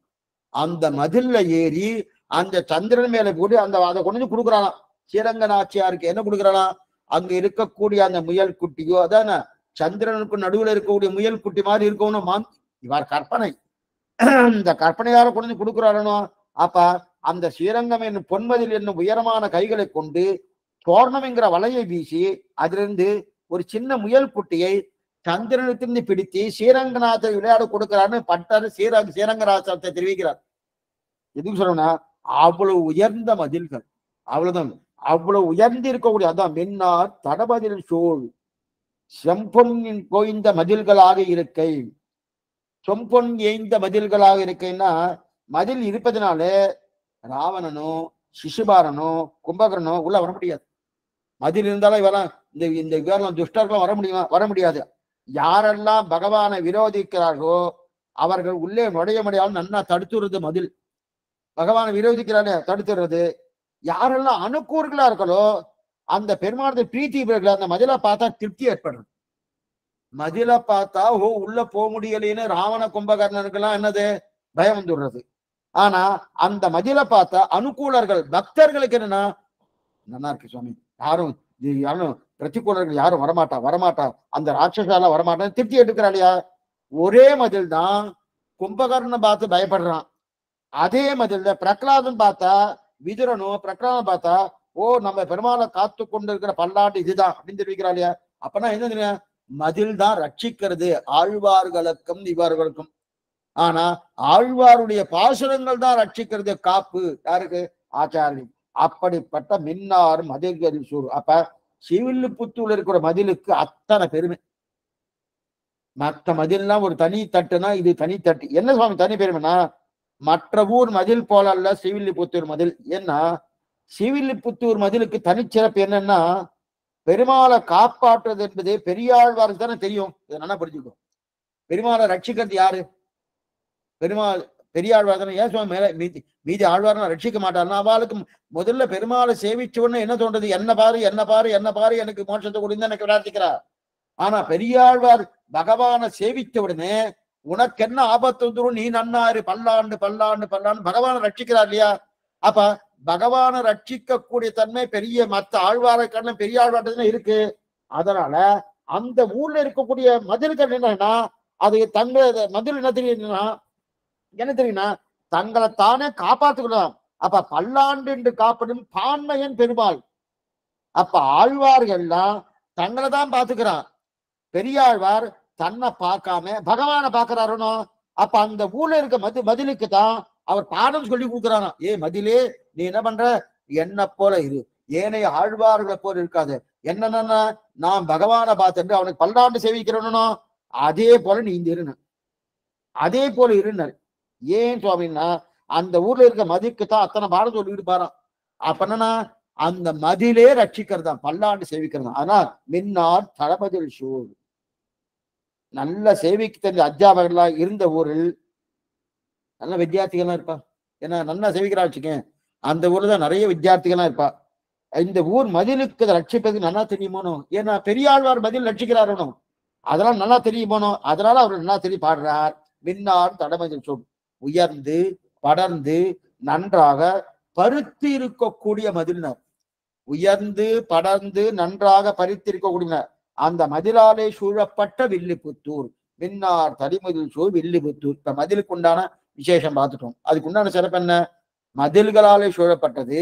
அது மட்டும் இல்ல, ஸ்ரீவில்லிபுத்தூருக்கு இருக்கக்கூடிய மதில் மற்ற திவிதேசத்துக்கு இருக்க மதிலை காட்டிலும் உயர்ந்தது ஸ்ரீவில்லிபுத்தூர். ஏன்னா திருப்பல்லாண்டு பாடுவதற்கென்னே ஸ்ரீவில்லிபுத்தூர் பெரியாழ்வார், அந்த பெரியாழ்வார் மதிலுக்கு சொல்லி கொடுத்துருக்காராம். ஓ இப்படி இப்படி இப்படின்னு. அதனால மதிலும் நல்லா பல்லாண்டு பாடுறோம். அதனால அந்த மதில் தான் ரக்ஷை.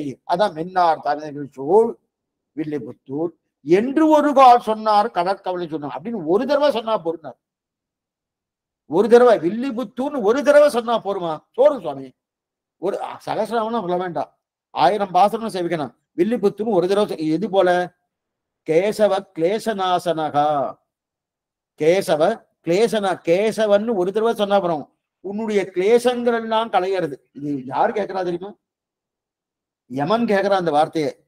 நீ இவ்வளவு தூரம் இங்க வந்துட்டியே, உன்னையும் கஷ்டப்படுத்து என்னையும் கஷ்டப்படுத்து. அவனுக்கு என்ன சுவாமி கஷ்டம்னா, அவன் தண்டனை கொடுக்கறது என்னமோ ஆனந்தமா கொடுக்குறான்னு நினைச்சிட்டு இருக்கோம். இவனுக்கு போய் இந்த தண்டனை கொடுக்க வேண்டி இருக்கேன்னு சமப்பட்டு தான் கொடுத்துட்டு இருக்கான். அவனுக்கு ஆனந்தமா ஒன்றும் கொடுக்கல. ஏன்னா அவன் தர்மாத்மா இல்லையா, தர்மாத்மா இருக்கிறபடியாலே அவனுக்கு இது கொடுக்க வேண்டாம் கொடுக்க வேண்டாம். ஆனா ஒரு தடவை நீ சொல்லியிருந்தனா, இப்ப 80 வயசுல வந்திருக்கே, 80 வயசுல ஒரு தடவையா சொல்லியிருக்கலாமோனோ. ஆழ்வாருக்கு தான் தெரிவிக்கிற, கெடுவிடர் ஆயவெல்லாம் கேசவா என்ன நாளும் கொடுவினை செய்யும் கூற்றின் தமர்களும் குறுகையில்லான்னு. அதே போலதான் இதுவும். அப்ப அந்த வாழ்க்கைக்கெல்லாம் பயனை கொடுத்துடும். ஒரு தடவை வில்லிபுத்தூர்னு சொன்னா போறோம், ஒரு தடவை வில்லிபுத்தூர்னு சொன்னா பயனை கொடுத்துரும். இப்ப பாண்டிய பட்டர் மின்னார் தடமதில் வில்லிபுத்தூர் என்று ஒரு கால் சொன்னார் கடற்கமலம் சூடுவோன்னர். இப்ப பாண்டிய பட்டர் தாமர புஷ்பத்தை தலையில சூடிக்கிறதுக்காக அவருக்கு ஆசை. அப்படி தேடி தேடி போயிட்டு இருக்காரு. தாமர புஷ்பம் கிடைக்குமா, தாமர புஷ்பம் கிடைக்குமான்னு தேடிட்டு போயிட்டு இருக்காரு. சுவாமி புஷ்கரணி போனா கிடைக்குமே, அதே மாதிரி புஷ்பங்கள் நிறைய விளையிறது, அந்த இடத்துக்கு போனா கிடைக்குமான்னா, அப்படிப்பட்ட புஷ்பம் தாமரை புஷ்பம் இல்ல.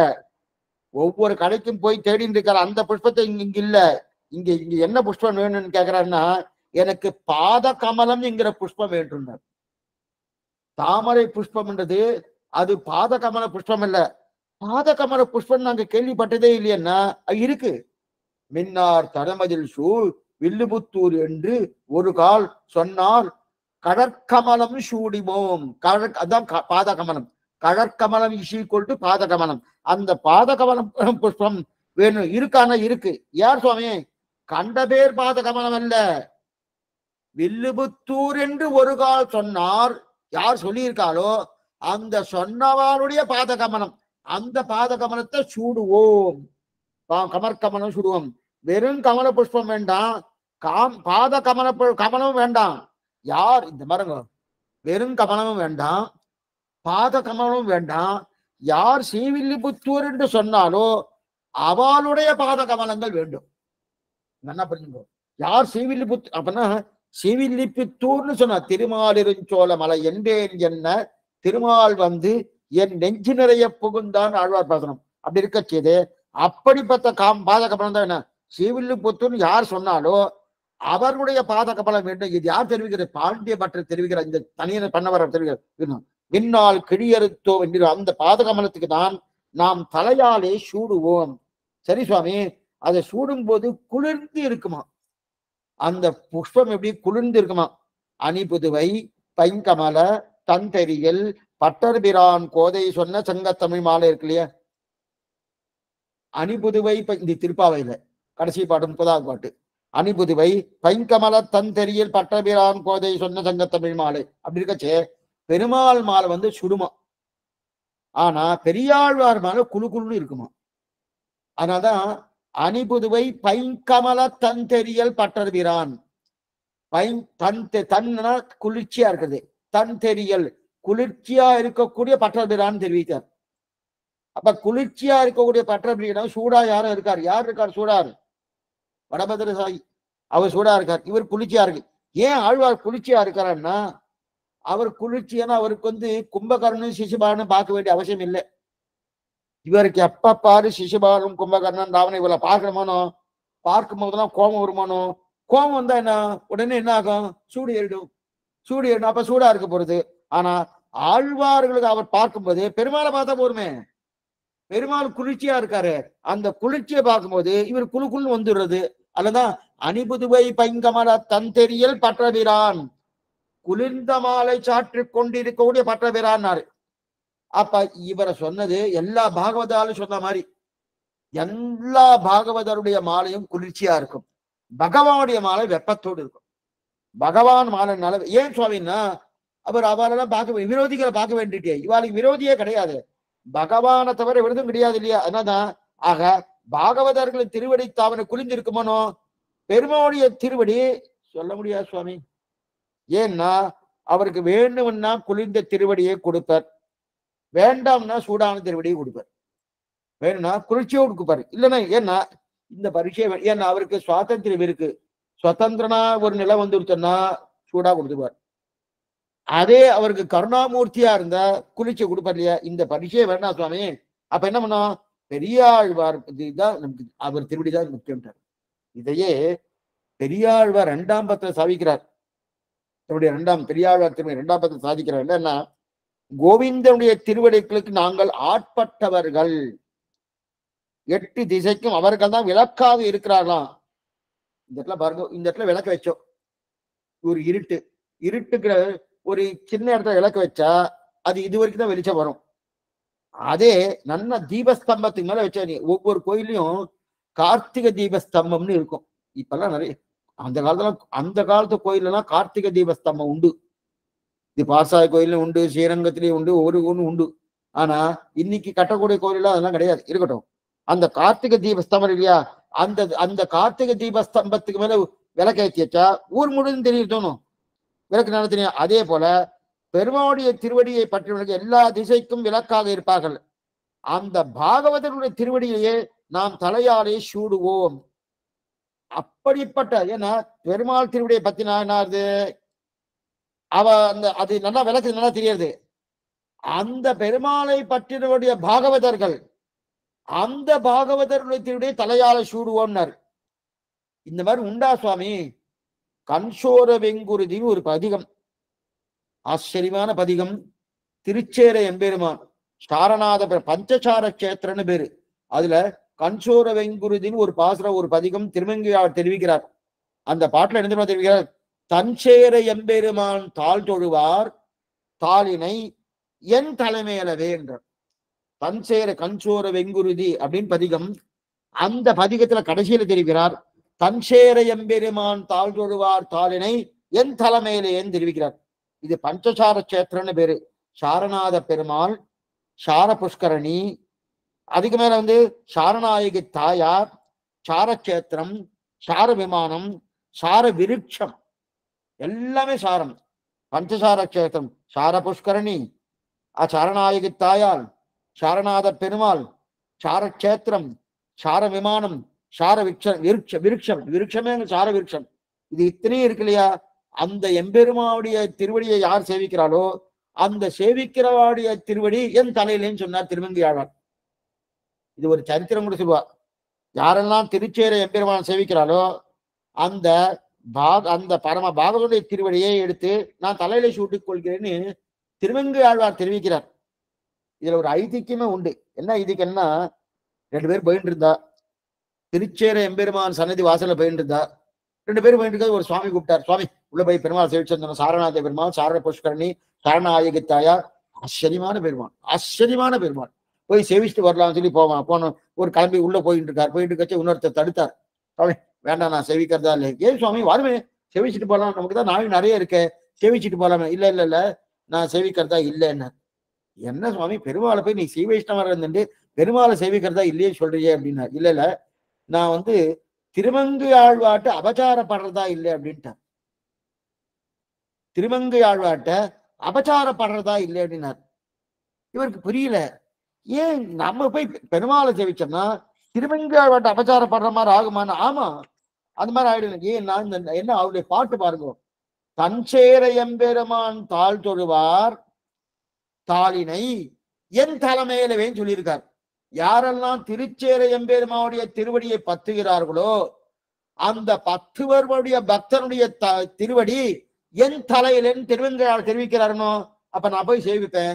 சேவிச்ச உடனே என்னுடைய திருவடி எடுத்து அவர் தன் தலையில வச்சுப்பார். திருமங்கை ஆழ்வாருடைய சிரசில என் திருவடி போடணுமா, என் கால் படணுமா, பட வேண்டாமே, நான் அபச்சாரம் பட வேண்டாமேன்னு தெரிவிக்கிறேன். இதுக்கு சொல்ல வந்தேன்னா, தஞ்சேர எம்பெருமான் அப்படின்னா ஆழ்வார்களுக்கு இந்த வழக்கம் என்ன, பெருமாளை யாரெல்லாம் சேவிக்கிறா அவ திருவடியின் தலைக்கு வந்துடணும் அப்படின்னு தெரிவிக்கிறாங்க. அதே போல இங்க என்ன, மின்னார் தடமதில் சூ வில்லுபுத்தூர் என்று ஒரு கால் சொன்னார் கலர்க்கமலம் சூடினோம். அந்த கலர்க்கம் சூடினோன்னு சரி சுவாமி, இந்த பாருங்க, இந்த மட்டில் அதாவது சில பேர்லாம் சில மாதிரியா இருப்பா, சில பேர்லாம் வேற மாதிரியா இருப்பா. அப்படின்னா என்னது, இப்ப நான் பெருமாளை சேவிக்கணும், பெருமாளை சேவிக்கணும்னா நேரடியா சேவிச்சா சரியா இல்ல இன்னொருத்தர் மூலமா சேவிச்சா சரியா? சில பேருக்கு நான் பிரதான மந்திரி தெரியுமான்னு கேட்பா. தெரியும் சுவாமின்னா. அவருக்கு உனக்கு தெரியுமான்னு. அவரை எனக்கு தெரியாது சுவாமி, எனக்கு அவரை தெரியும், பார்த்திருக்கா பேசியிருக்கா, அதெல்லாம் கிடையாது அப்படின்னு. அதே போல பெருமாளை நீ டைரக்டா பிரிக்கிறத விட ஒரு பாகவதன் மூலமா பேனாதான் அது பிரயோஜனம், இல்லைன்னா அது பிரயோஜனம் இல்லை. அதே போல பகவானால நாம் அனுகிரகிக்கப்பட வேண்டும். அதனால நமக்கு எப்ப நமக்கு நேர பெருமாளை தெரியாதோ அப்ப தெரிஞ்சவர்களை பிடிச்சுன்னு போனோமோனும். இது போல பிரதான மந்திரி நேரா தெரியாது, அது தெரிஞ்சவாளை பிடிச்சுன்னு போனோமோனோ. அதே போல பகவான் எனக்கு நேரா தெரியாது, அப்ப தெரிஞ்சவாளை பிடிச்சுன்னு போனோமோனோ. அப்ப அந்த ஸ்ரீவைஷ்ணவர்கள் பாகவதர்களையா அவரை தெரியுமோனோ. நமக்கு பகவானை தெரியாது, இந்த ஸ்ரீவைஷ்ணவ தெரியும். அப்ப தெரிஞ்சவர்கள் திருவிழை விழுவதுதான் சாமர்த்தியம். நேரா அவனை போய் சேவிக்கலான்னு நினைச்சிருந்தா அது எந்த ஜென்மத்துல கிடைக்கும்னு தெரியாது, நல்லா புரிஞ்சுக்கணும். அப்ப பக்தர்களுடைய திருவடியில விழுந்தாதான் நமக்கு கிடைக்கும். அதனாலதான் மின்னால் கிழியறுத்தோன் என்றுரைத்தோன் கீழ்மையினை சேரும் வடியறுத்தோம் நெஞ்சமை அப்படின்னா அந்த பாதகமனையுடைய சிரசுல வரணும்னு தெரிவிக்கிறார் இல்லையா. அப்ப இந்த மாதிரி நேரடியா போனா முதல்ல கிடைக்குமா கிடைக்காதான் தெரியாது, எப்ப கிடைக்கும்னு தெரியாது. 2வது, பெருமாளு என்ன நேர அவரே சொல்றாரு, என்ன நேர பத்தாது, அடியார்கள் மூலமாக 10 குழாங்களாய் அடியருடன் கூடி நின்றாடுமில்லை. அடியார்கள் மூலமா 10ன்னு சொல்ற இல்லையா, அதுதான் உத்தேசம், அவரே சொல்லிக்கிறார். அதனால அடியார்களை பற்றுவோம். அப்ப அடியார்களை பற்றுவோம்னு என்ன பத்தணும், யாரு ஸ்ரீவில்லிபுத்தூர்னு சொல்றாளோ மின்னார் தடமதில் என்று ஒரு கால் சொன்னார் கடற்கமான சொன்ன யார் சொல்றாளோ அவா தெளிவே நம்ம தலையில வச்சுருவோம் சொன்னார். இது ஸ்ரீவில்லிபுத்தூருக்கு உண்டான, சொன்னாலே போறோம். சரி சுவாமி, ஸ்ரீவில்லிபுத்தூருக்கு அத்தனை வைபவம் உண்டா? ஸ்ரீவில்லிபுத்தூர் சொன்னாலே பாண்டிய பட்டர் யார் சொல்றாளோ அவாவுடைய திருவடியை தன்னுடைய சிரசில தரிக்கிறாரே. ஸ்ரீவில்லிபுத்தூர் அத்தனை வழி உண்டுனா ஸ்ரீவில்லிபுத்தூர் 3 பேர் எங்க ஊருன்னு சொல்லிப்பாலாம். 3 பேர் பிரதானமா எங்க ஊருன்னு சொல்லிப்பாராம். யார் சுவாமி? வடபெரும் கோயிலுடையான், வடபெரும் கோயிலுடையான் வடபத்ரசாயி கேள்விப்பட்டிருக்கணும். அந்த வடபெரும் கோயிலுடையான் அவர்னா என் ஊர் ஸ்ரீவில்லிபுத்தூர், என் ஊர் ஸ்ரீவில்லிபுத்தூர் அப்படின்னு சொல்லிப்பார். ஆண்டாள் கேட்க வேண்டாம், அனுபுதுவை பைங்கமல தந்தரியல். அப்ப ஆண்டாலும் எம் ஊர் ஸ்ரீவில்லிபுத்தூர்னு சொல்லிப்பார். பெரியாழ்வார் கேட்க வேண்டாமே. வேயர் தங்கள் குலத்துதி விஷ்ணு சித்தன் மனத்தை கோயில் கொண்ட கோரந்திரு வில்லுபுத்தூர் என்ன தெரிவிக்கிறார் இல்லையா? அப்ப மூணு பேரும் சொல்லிட்டா, இப்ப கூட ஒருத்தரை சேர்த்துக்கணும். யாரு தெரியுமா? கருடனையும் சேர்த்துக்கணும். இந்த ஒரு திவ்ய தேசத்தை தான் ஓம்காரத்தை ஒரே சிம்மாசனத்துல சேவிக்கலாம். வேற எந்த திவ்ய தேசம் கிடையாது. இப்ப உற்சவம் நடந்துட்டு இருக்கு, ஆண்டாடு உற்சவம் நடந்துட்டு இருக்கு.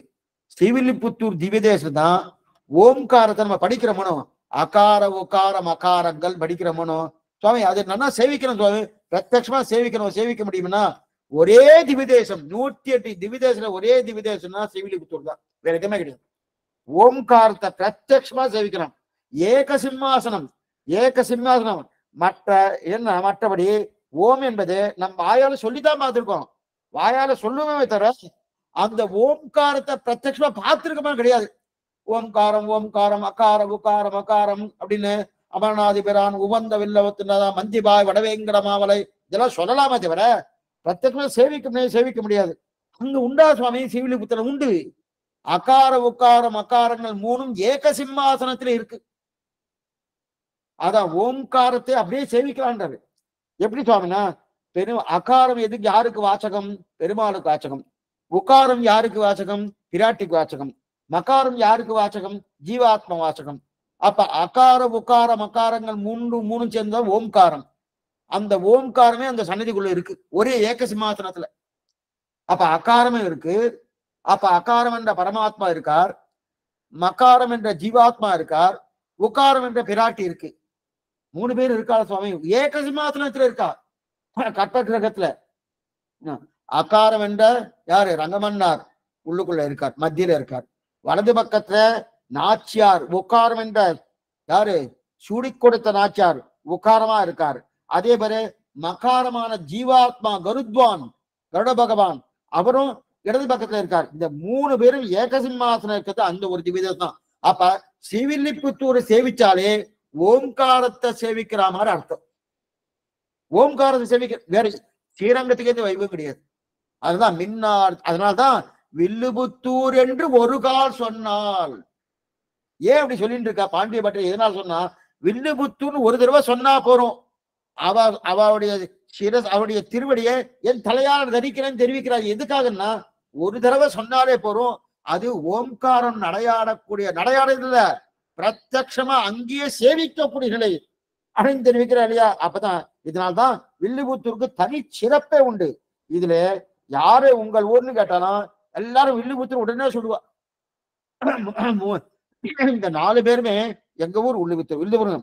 3 பேருக்கு அந்த ஊர் தான். உண்டா சுவாமி? வில்லுபுத்து உறைவாந்தன் தொன்னடி காண்பதோர் ஆசையினால். இது நாச்சியார் திருமொழி பாசுரம். வடபத்திர சாயி திருவர் வில்லுபுத்து உறைவான். இந்த வடபத்திர சாயிக்கு என்ன பேர் தெரியுமா?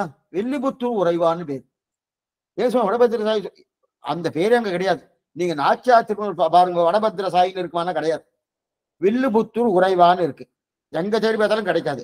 அப்படின்னா என்ன பேரு சுவாமி? மென்னடை அன்னம் பறந்து விளையாடும் வில்லுபுத்து உறைவான் தன் பொன்னடி காண்பதோர் ஆசையினால் என் பொறுகையர் கண்ணினை துஞ்சா. இது நாச்சியார் திருமொழி பாசுரம். இப்ப வடபத்திர சாயிக்கு ஏன்னா ஊர் பேரை வைத்துக் கொண்டுதான் பெருமாளுக்கே பேரு. பெருமாளுக்கு என்ன வேணா பேர் இருக்கலாம், ஊர் பேரை வைத்துக்கணும். வடபத்திர சாயிக்கு என்ன பேரு? வடபத்திர சாயின்னு பேரே கிடையாது. ஆழ்வார் பாட்டுல பாருங்க, எங்கேயா வடபத்திர சாயின் பேர் இருக்கா பாருங்க? கிடையாது. அப்ப என்ன பேரு? வில்லுபுத்து உறைவான். அதான் அந்த பேரு. சரி சுவாமி, ஒண்ணு வேண்டாம், நமக்கு திருமலைக்கு போறோமோன்னு அவருக்கு ஸ்ரீனிவாச பெருமாள்னு பேர். ஸ்ரீனிவாச பெருமாள்னு பேரு. 4000 தேடி பாருங்க, ஸ்ரீனிவாச பெருமாள் ஒரு ஆழ்வாரா பாடியிருக்காரா பாருங்க. ஸ்ரீனிவாசன் அப்படின்னு பாடியிருக்காரா பாருங்க, ஒண்ணுமே கிடையாது. 4000 கிடைக்கவே கிடைக்காது. சரி, அதே போல நம்பெருமாள்னு பேரு, பெரிய பெருமாள்னு பேரு. நம்பெருமாளுக்கு பாட்டே கிடையாது, அதை விட்டுடுங்க. உற்சவர் ஸ்ரீரங்கத்துல உற்சவருக்கு எந்த ஆழ்வாரும் பாட்டு கிடையாது. ஏன் சுவாமி? பராசர மட்டும் தான் ஒவ்வொன்றும் பாடியிருக்காரு ஸ்ரீரங்கராஜ உற்சவரை. ஆனா மூலவருக்கு தான் எல்லா பாட்டும். வெண்ணை உண்டவாயம் என் உள்ளங்கவர்ந்தானே அண்டர்கோன் அணியரங்கன் என் அமுதனை கண்டகன்கள் மற்றொன்றினை காணாவேன்னு. அப்ப எல்லாமே யாருக்கு? மூலவருக்கு தான். மூலவர்னா பெரிய பெருமாள். பெரிய பெருமாள் பெரிய பெருமாள் அப்படின்னு இருக்க தவிர அந்த பெரிய பெருமாளால் பேர் இருக்கானா? கிடையாது. பெரிய பெருமாள்னு பேரு கிடையாது. அப்ப என்ன சுவாமி அவருக்கு பேருக்கு? திருவரங்கநாதன் இதான் பேர். திருவரங்கத்தம்மான் திருவரங்கத்தம்மான் திருவரங்கத்தம்மான் தான் ஊற வைத்துக் கொண்டுதான் பேரே தவிர, அதே போல இங்க திருமலையில சீனிவாசன் பேராக்கமே திருவேங்கடமுடையான். திருவேங்கட மலையிலே இருக்கிறபடியாலே திருவேங்கடமுடையான், ஸ்ரீரங்கத்திலே இருக்கிறபடியா திருவரங்கநாதன். இதாமே தனித்து அவருக்கு பேரு. தானுகந்த ஊரெல்லாம் தந்தால் பாடி திருவங்காவை தெரிவிக்கிறார் திருவண்ணானத்துல. அப்ப அவன் உகந்து வர்த்திக்க கூடுகிற ஊரு, அந்த ஊர் பேரே அவருக்கு ஆயிடுச்சு. இப்ப ஊர் முதல்ல இருந்ததா, முதல்ல இவர் வந்தார், இவர் ஒன்னும் வரல, ஊர் தான் முன்னாடி இருந்திருக்கு. அந்த ஊர்ல வந்து சேர்ந்தான். வந்து சேர்ந்தவர் தான் யாரு? திருமலை அப்பனாகட்டும், திருவேங்கடமுடையான் ஆகட்டும், அதே போல திருவரங்கநாதன் ஆகட்டும், யாரா இருந்தா வந்து சேர்ந்தவர் தானா. அதே போல இங்க வில்லுபுத்தூர் உறைவான். அப்ப வில்லுபுத்தூர்ன்ற அந்த திவ்யதேச அத்தனை பற்று யாருக்கு? வடபத்திர சாகி. அதனால்தான் அந்த பேரே வில்லுபுத்தூர் உறைவான்னு எடுத்துட்டார். அதுக்கப்புறம் பெரியாழ்வார் அவரிடம் சொல்லிவார், வில்லுபுத்தூர் பட்டர் பிரான். வில்லுபுத்தூர் பட்டர். ஏன் சுவாமி வில்லுபுத்தூர் வெறும் வெறும் பட்டர் சொல்லப்படாதுன்னா வில்லுபுத்தூர் பட்டபிரான் அப்படின்னு தன்னை பத்தி தானே சொல்லிக்கிறாருனோ. அதே போல ஆண்டாள் என்ன சொல்லிக்கிறனா, அன்னவயல் புதுவை ஆண்டாள். புதுவை, புதுவை தான் வில்லுபுத்தூர். புதுவை ஆண்டாள் தெரிவிக்கிறார். புதுவை என்ன வில்லுபுத்தூர் குறிக்கிறது இல்லையா? திருப்பாவை கடைசியில தெரிஞ்ச அணி புதுவை பைங்கமல தந்தரியல் தெரிவிக்கிற. அப்ப அணி புதுவைன்னு சொன்னாலே என்ன தெரியுது? அதுவும் ஸ்ரீவில்லிபுத்தூர் குறிக்கிறது இல்லையா? ஆக பெரியாழ்வார்க்கு புதுவை பட்டபிரான்னு பேரு, ஆண்டாளுக்கு அன்னவயல் புதுவைன்னு பேரு, பெருமாளுக்கு வில்லிபுத்தூர் உறைவான்னு பேரு. இது இத்தனையும் இத்தனை பேர் என்ன எங்க ஊர்.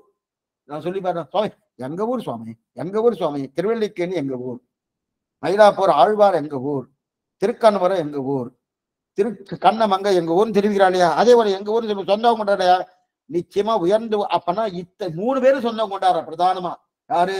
பெரியாழ்வார் சொந்தம் கொண்டாடிக்கிறார், ஆண்டாள் சொந்தம் கொண்டாடுறா, பெருமாள் சொந்தம் கொண்டாடுறா. அப்ப மூணு பேரும் சொந்தம் கொண்டாடினாலே அது உயர்ந்த ஊராத்தான் இருக்கும். அதனால்தான் மின்னார் தளமதில் சூழ் வில்லுபுத்தூர் என்று ஒரு கால் சொன்னார் கழக்கவன். அப்ப இந்த ஊருக்கும் பெருமையே பல பாகவதர்கள் எங்கள் ஊர்னு சொல்லி கொண்டால்தான் திவ்ய தேசத்துக்கே பெருமை. அதான் முக்கியம். திவ்ய தேசத்துக்கு இருக்கிற பெருமை என்ன? எங்க ஊர் திருமாலிருஞ்சோல மலை என்றேன் என்ன திருமால் வந்து என் நெஞ்சு நிறைய புகுந்தான் தெரிவிக்கிறார் இல்லையா? அப்படி இருக்காச்சு அந்த பெருமையே என்னன்னா அத்தனை பேர் இருக்க. தேசோகம் சர்வகாம துக்கும் சொல்றது சாஸ்திரமே.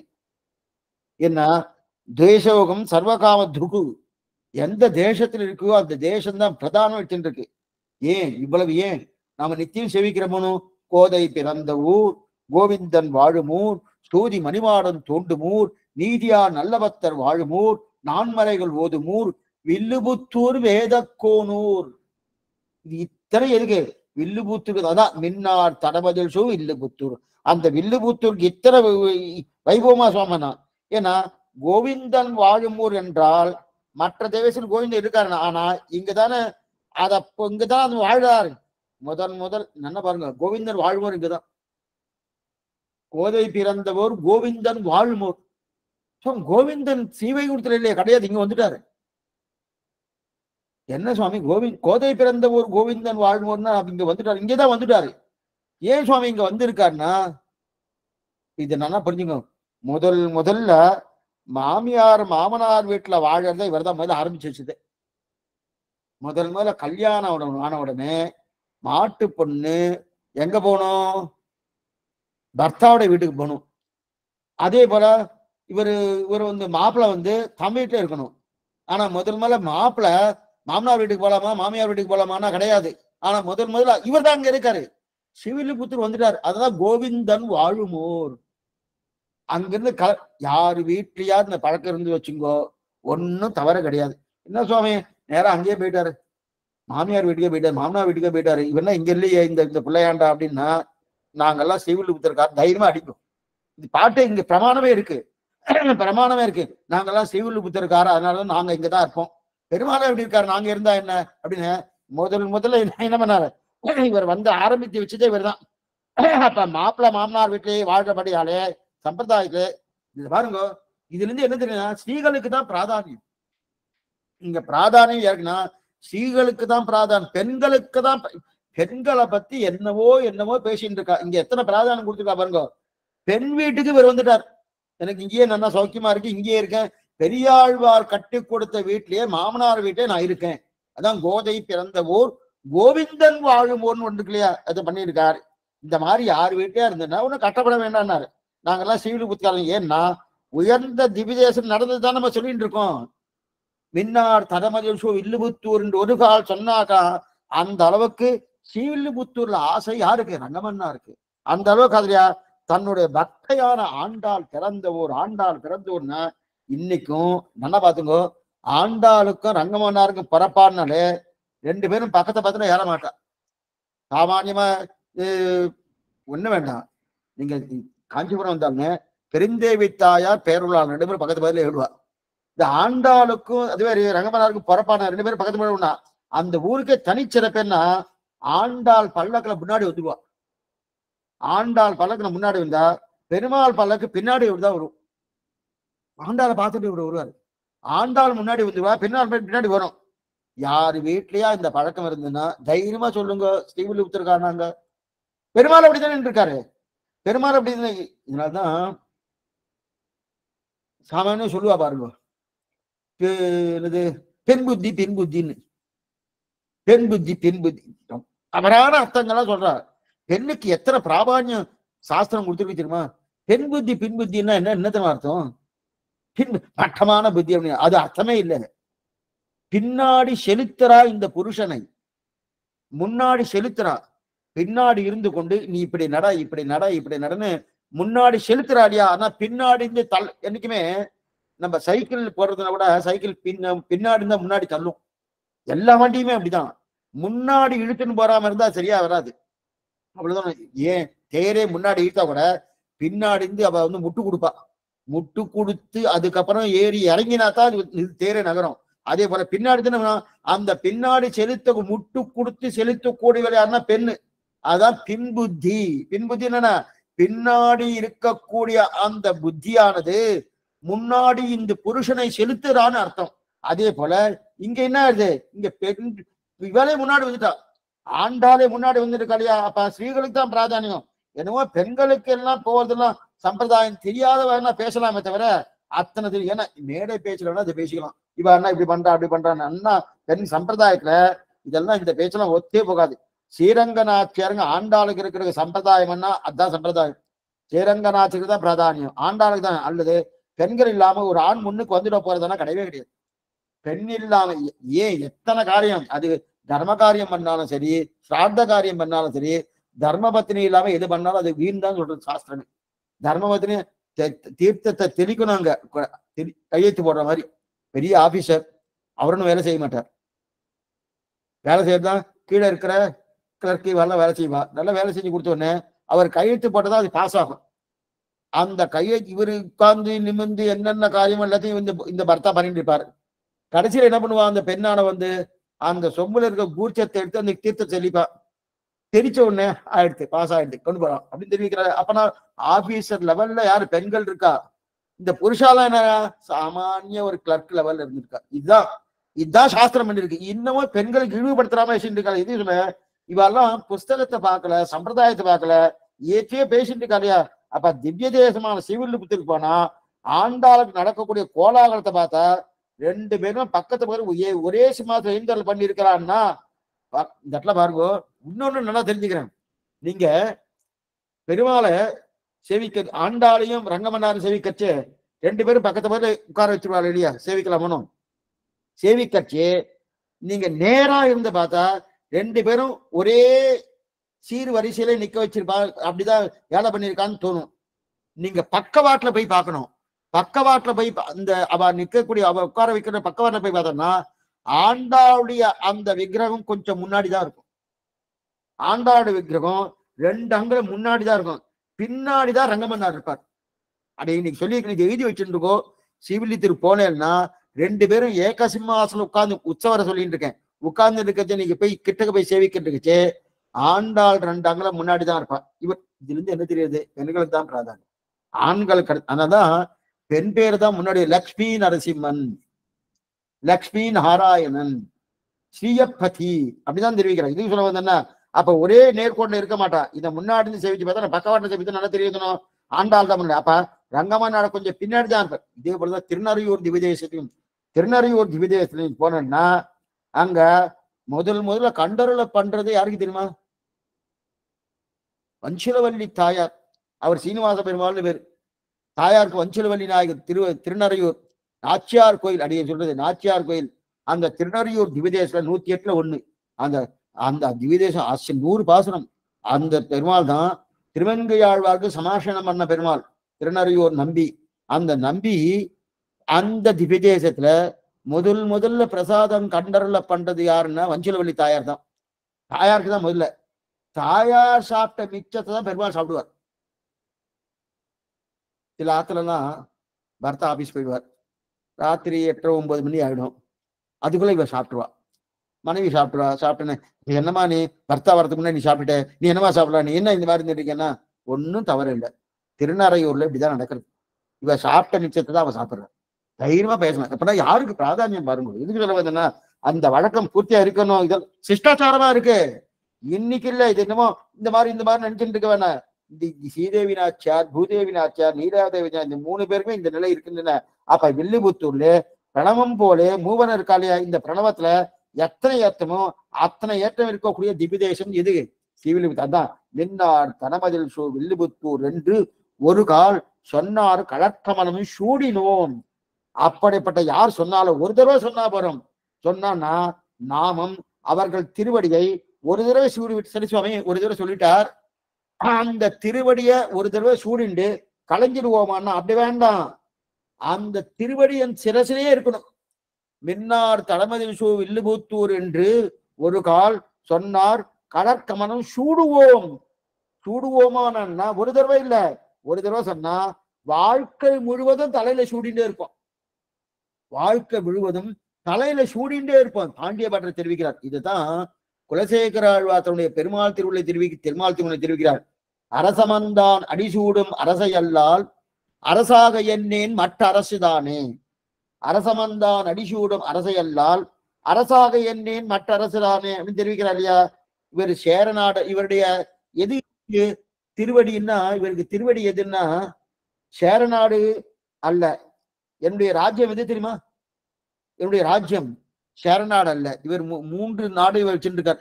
சோழ நாடு அல்ல, பாண்டிய நாடு அல்ல, எந்த நாடு அல்ல. எது உன்னுடைய ராஜ்யம்னா பகவானுடைய அடியார்கள் திருவடியை தலையில சூடணும். அந்த தலையில சூடணும், அதுதான் எனக்கு அரசுன்றார். எனக்கு ராஜ்யமே இது தெரியுமா? பகவானுடைய அடியார்கள் அரசு அமர்ந்தான் அடிசூடும் அரசு. அரசை அல்லால் அரசாக எண்ணேன் மற்ற அரசு தானே. இது ஆச்சரியமான விஷயம். இது அவருக்கு அப்படிதான் தெரிவிக்கிறார் இல்லையா. அப்ப அரசாக எண்ணேன் மற்ற அரசு என்னன்னா அந்த அடியார்களுடைய திருவடியை தவிர மற்றது எனக்கு அரசு கிடையாது அப்படின்னு தெரிவிக்க குலசேகரார். அதே போல அப்படின்னா நேரா ஸ்ரீவில்லிபுத்தூர்னு சொன்னா சொன்னவரின் திருவடியை தலையில சூட விட வேண்டியதுதான் என்றால், இப்ப ஏதாவது இடைஞ்சல் வந்துதான்னா சுவாமி என்ன இடைஞ்சிருந்தது? மின்னார் தலைமழிசு வில்லிபுத்தூர் என்ற ஒரு கால் சொன்னார் கரக்கமன் சூடினோம். என்ன இடைஞ்சல் வந்தது? முன்னால் கிடியறுத்தான் என்று உரைத்தோம். கிடி அறுத்தான் வேண்டிய வேதங்களோடு விரைந்து கிடி அறுக்கமனோ பரதேவதை யாருன்னு சந்தேகம் வந்துட்டு.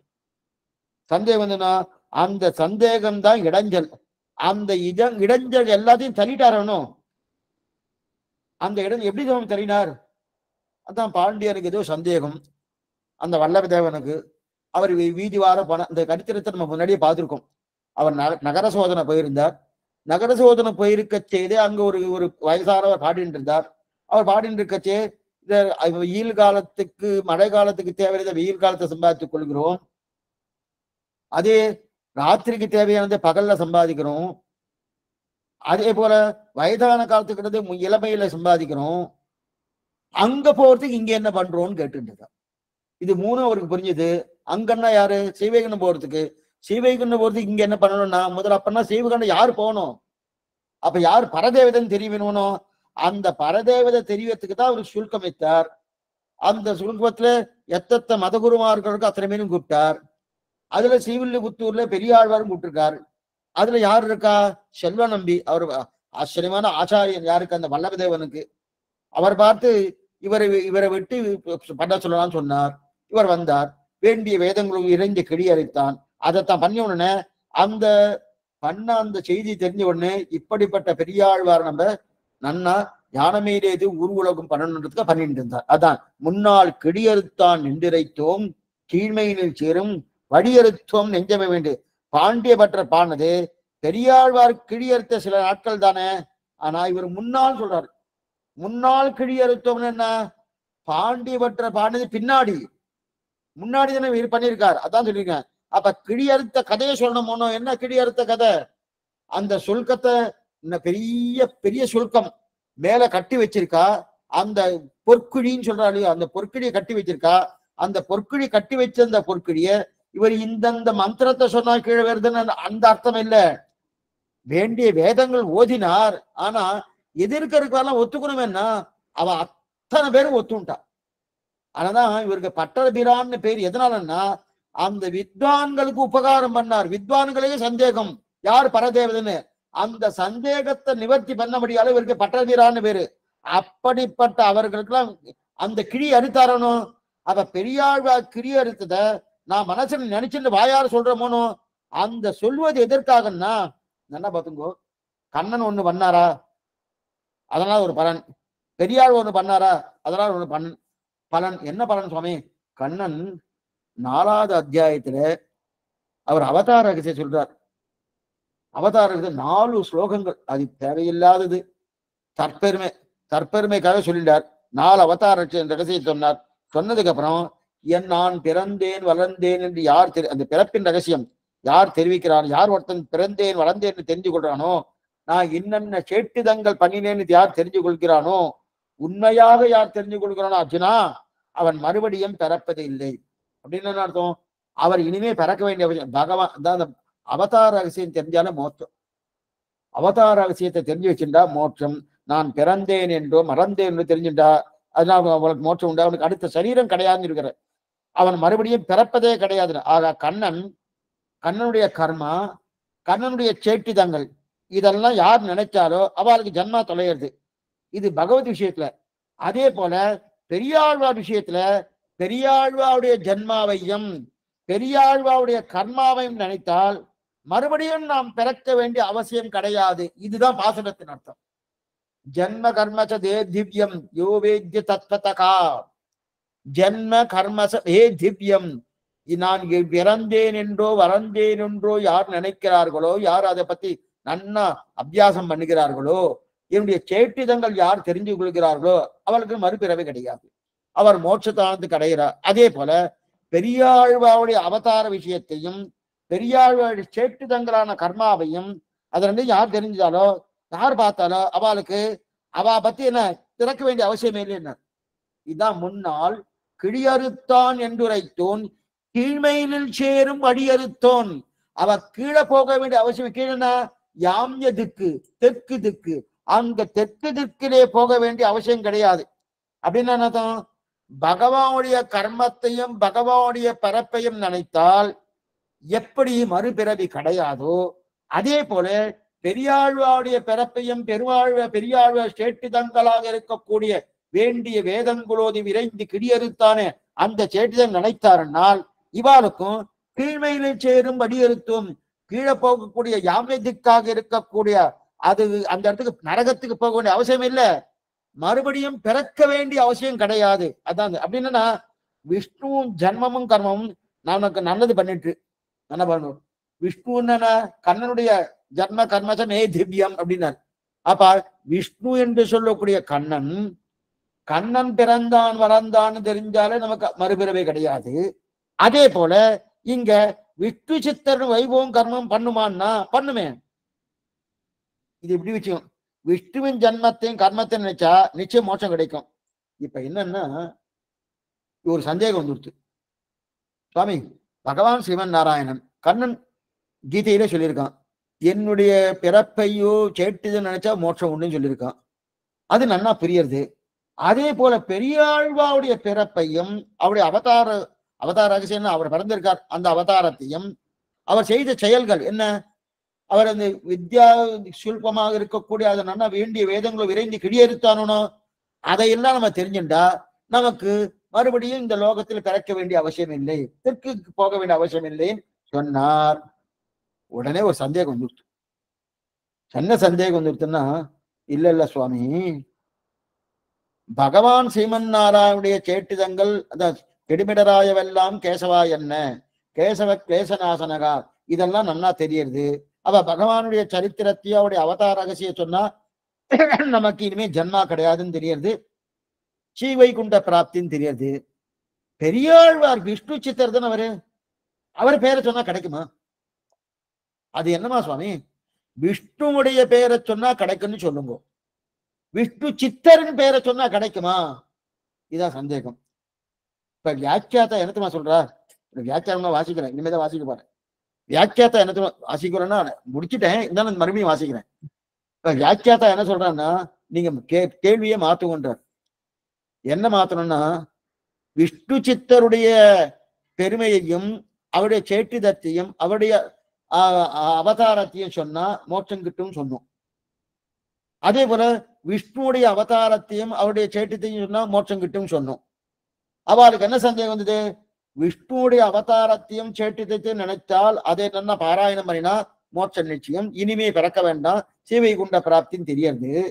விஷ்ணு சித்தருடைய அவதாரத்தையும் அவருடைய சேட்டிதத்தையும், சேட்டிதம் என்னது, அந்த வேண்டிய வேதம் போது விரைந்து கிடி அறுத்தான அந்த சேட்டிதங்கள், அதையெல்லாம் சொன்னா மோட்சம் கிட்டுமா அப்படின்னு சந்தேகத்தோடு ஒருத்தர் கேட்டார். உடனே வியாக்கியாத்தா என்ன பண்ணா, இந்த கேள்வியே தப்புன்ட்டார். என்ன சுவாமி கேள்வி தப்புன்னா, நீ கேள்வி பாத்திக்கோ, விஷ்ணு சித்தருடைய சேட்டிதங்கள் அவதார ரகசியம் சொன்னா மோட்சம் கிட்டும், விஷ்ணுவுடைய அவதாரத்தையும் அவரை சேட்டிதம் சொன்ன மோட்சம் கிட்டுமா, இதுதான் சந்தேகம்ட்டார். அப்படியே கேள்வி மாத்திட்டாரு.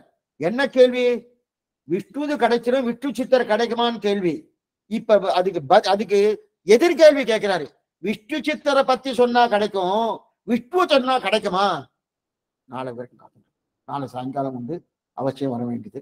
நாளை சாயங்காலம் இதே விஷயத்தை நான் பார்க்க போறோம். மின்னார் தடமதில் சூழ் வில்லுபுத்தூர் என்று ஒரு கால் சொன்னார், கடக்க மரம் சூடினோம் முன்னால் கிடியறுத்தான் என்றுரைத்தோம் கீழ்மையில் சேரும் வடியறுத்தோம் நெஞ்சமை வந்தின் பார்த்துட்டு இருக்கோம். நாளை கார்த்தால ஆச்சரியமான ராமானுஜன் உண்டு, பாசனம் உண்டு.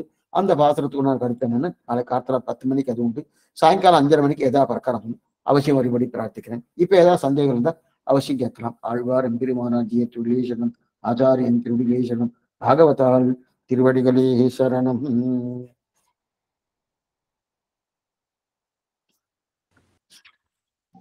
பாக்யசன் சிறுமதி ராமானுஜன் ரொம்ப அருமையா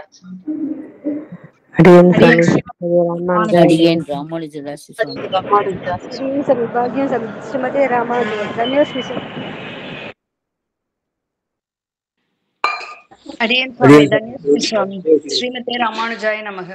திருவடி சுவாமி. அடியேன் சுவாமி. ஸ்ரீமதே ராமானுஜாய நமக. தேவரி திருவடி சேவிச்சுக்கிறேன். சந்தேகம் இல்லை சுவாமி. அடியேன் தேவரி திருவடியில சேவிச்சுக்கிறேன் சுவாமி. தன்யோஸ்மி சுவாமி. அடியேன் சுவாமி. ஸ்ரீமதே ராமானுஜாய நமக. திருவடி சேவிச்சுக்கிறோம் சுவாமி. அடியேன் சுவாமி. அடியேன் சுவாமி. ஸ்ரீமதே ராமானுஜாய நமக. தேவரி திருவடி சேவிச்சுக்கிறோம் சுவாமி. தன்யோஸ்மி சுவாமி.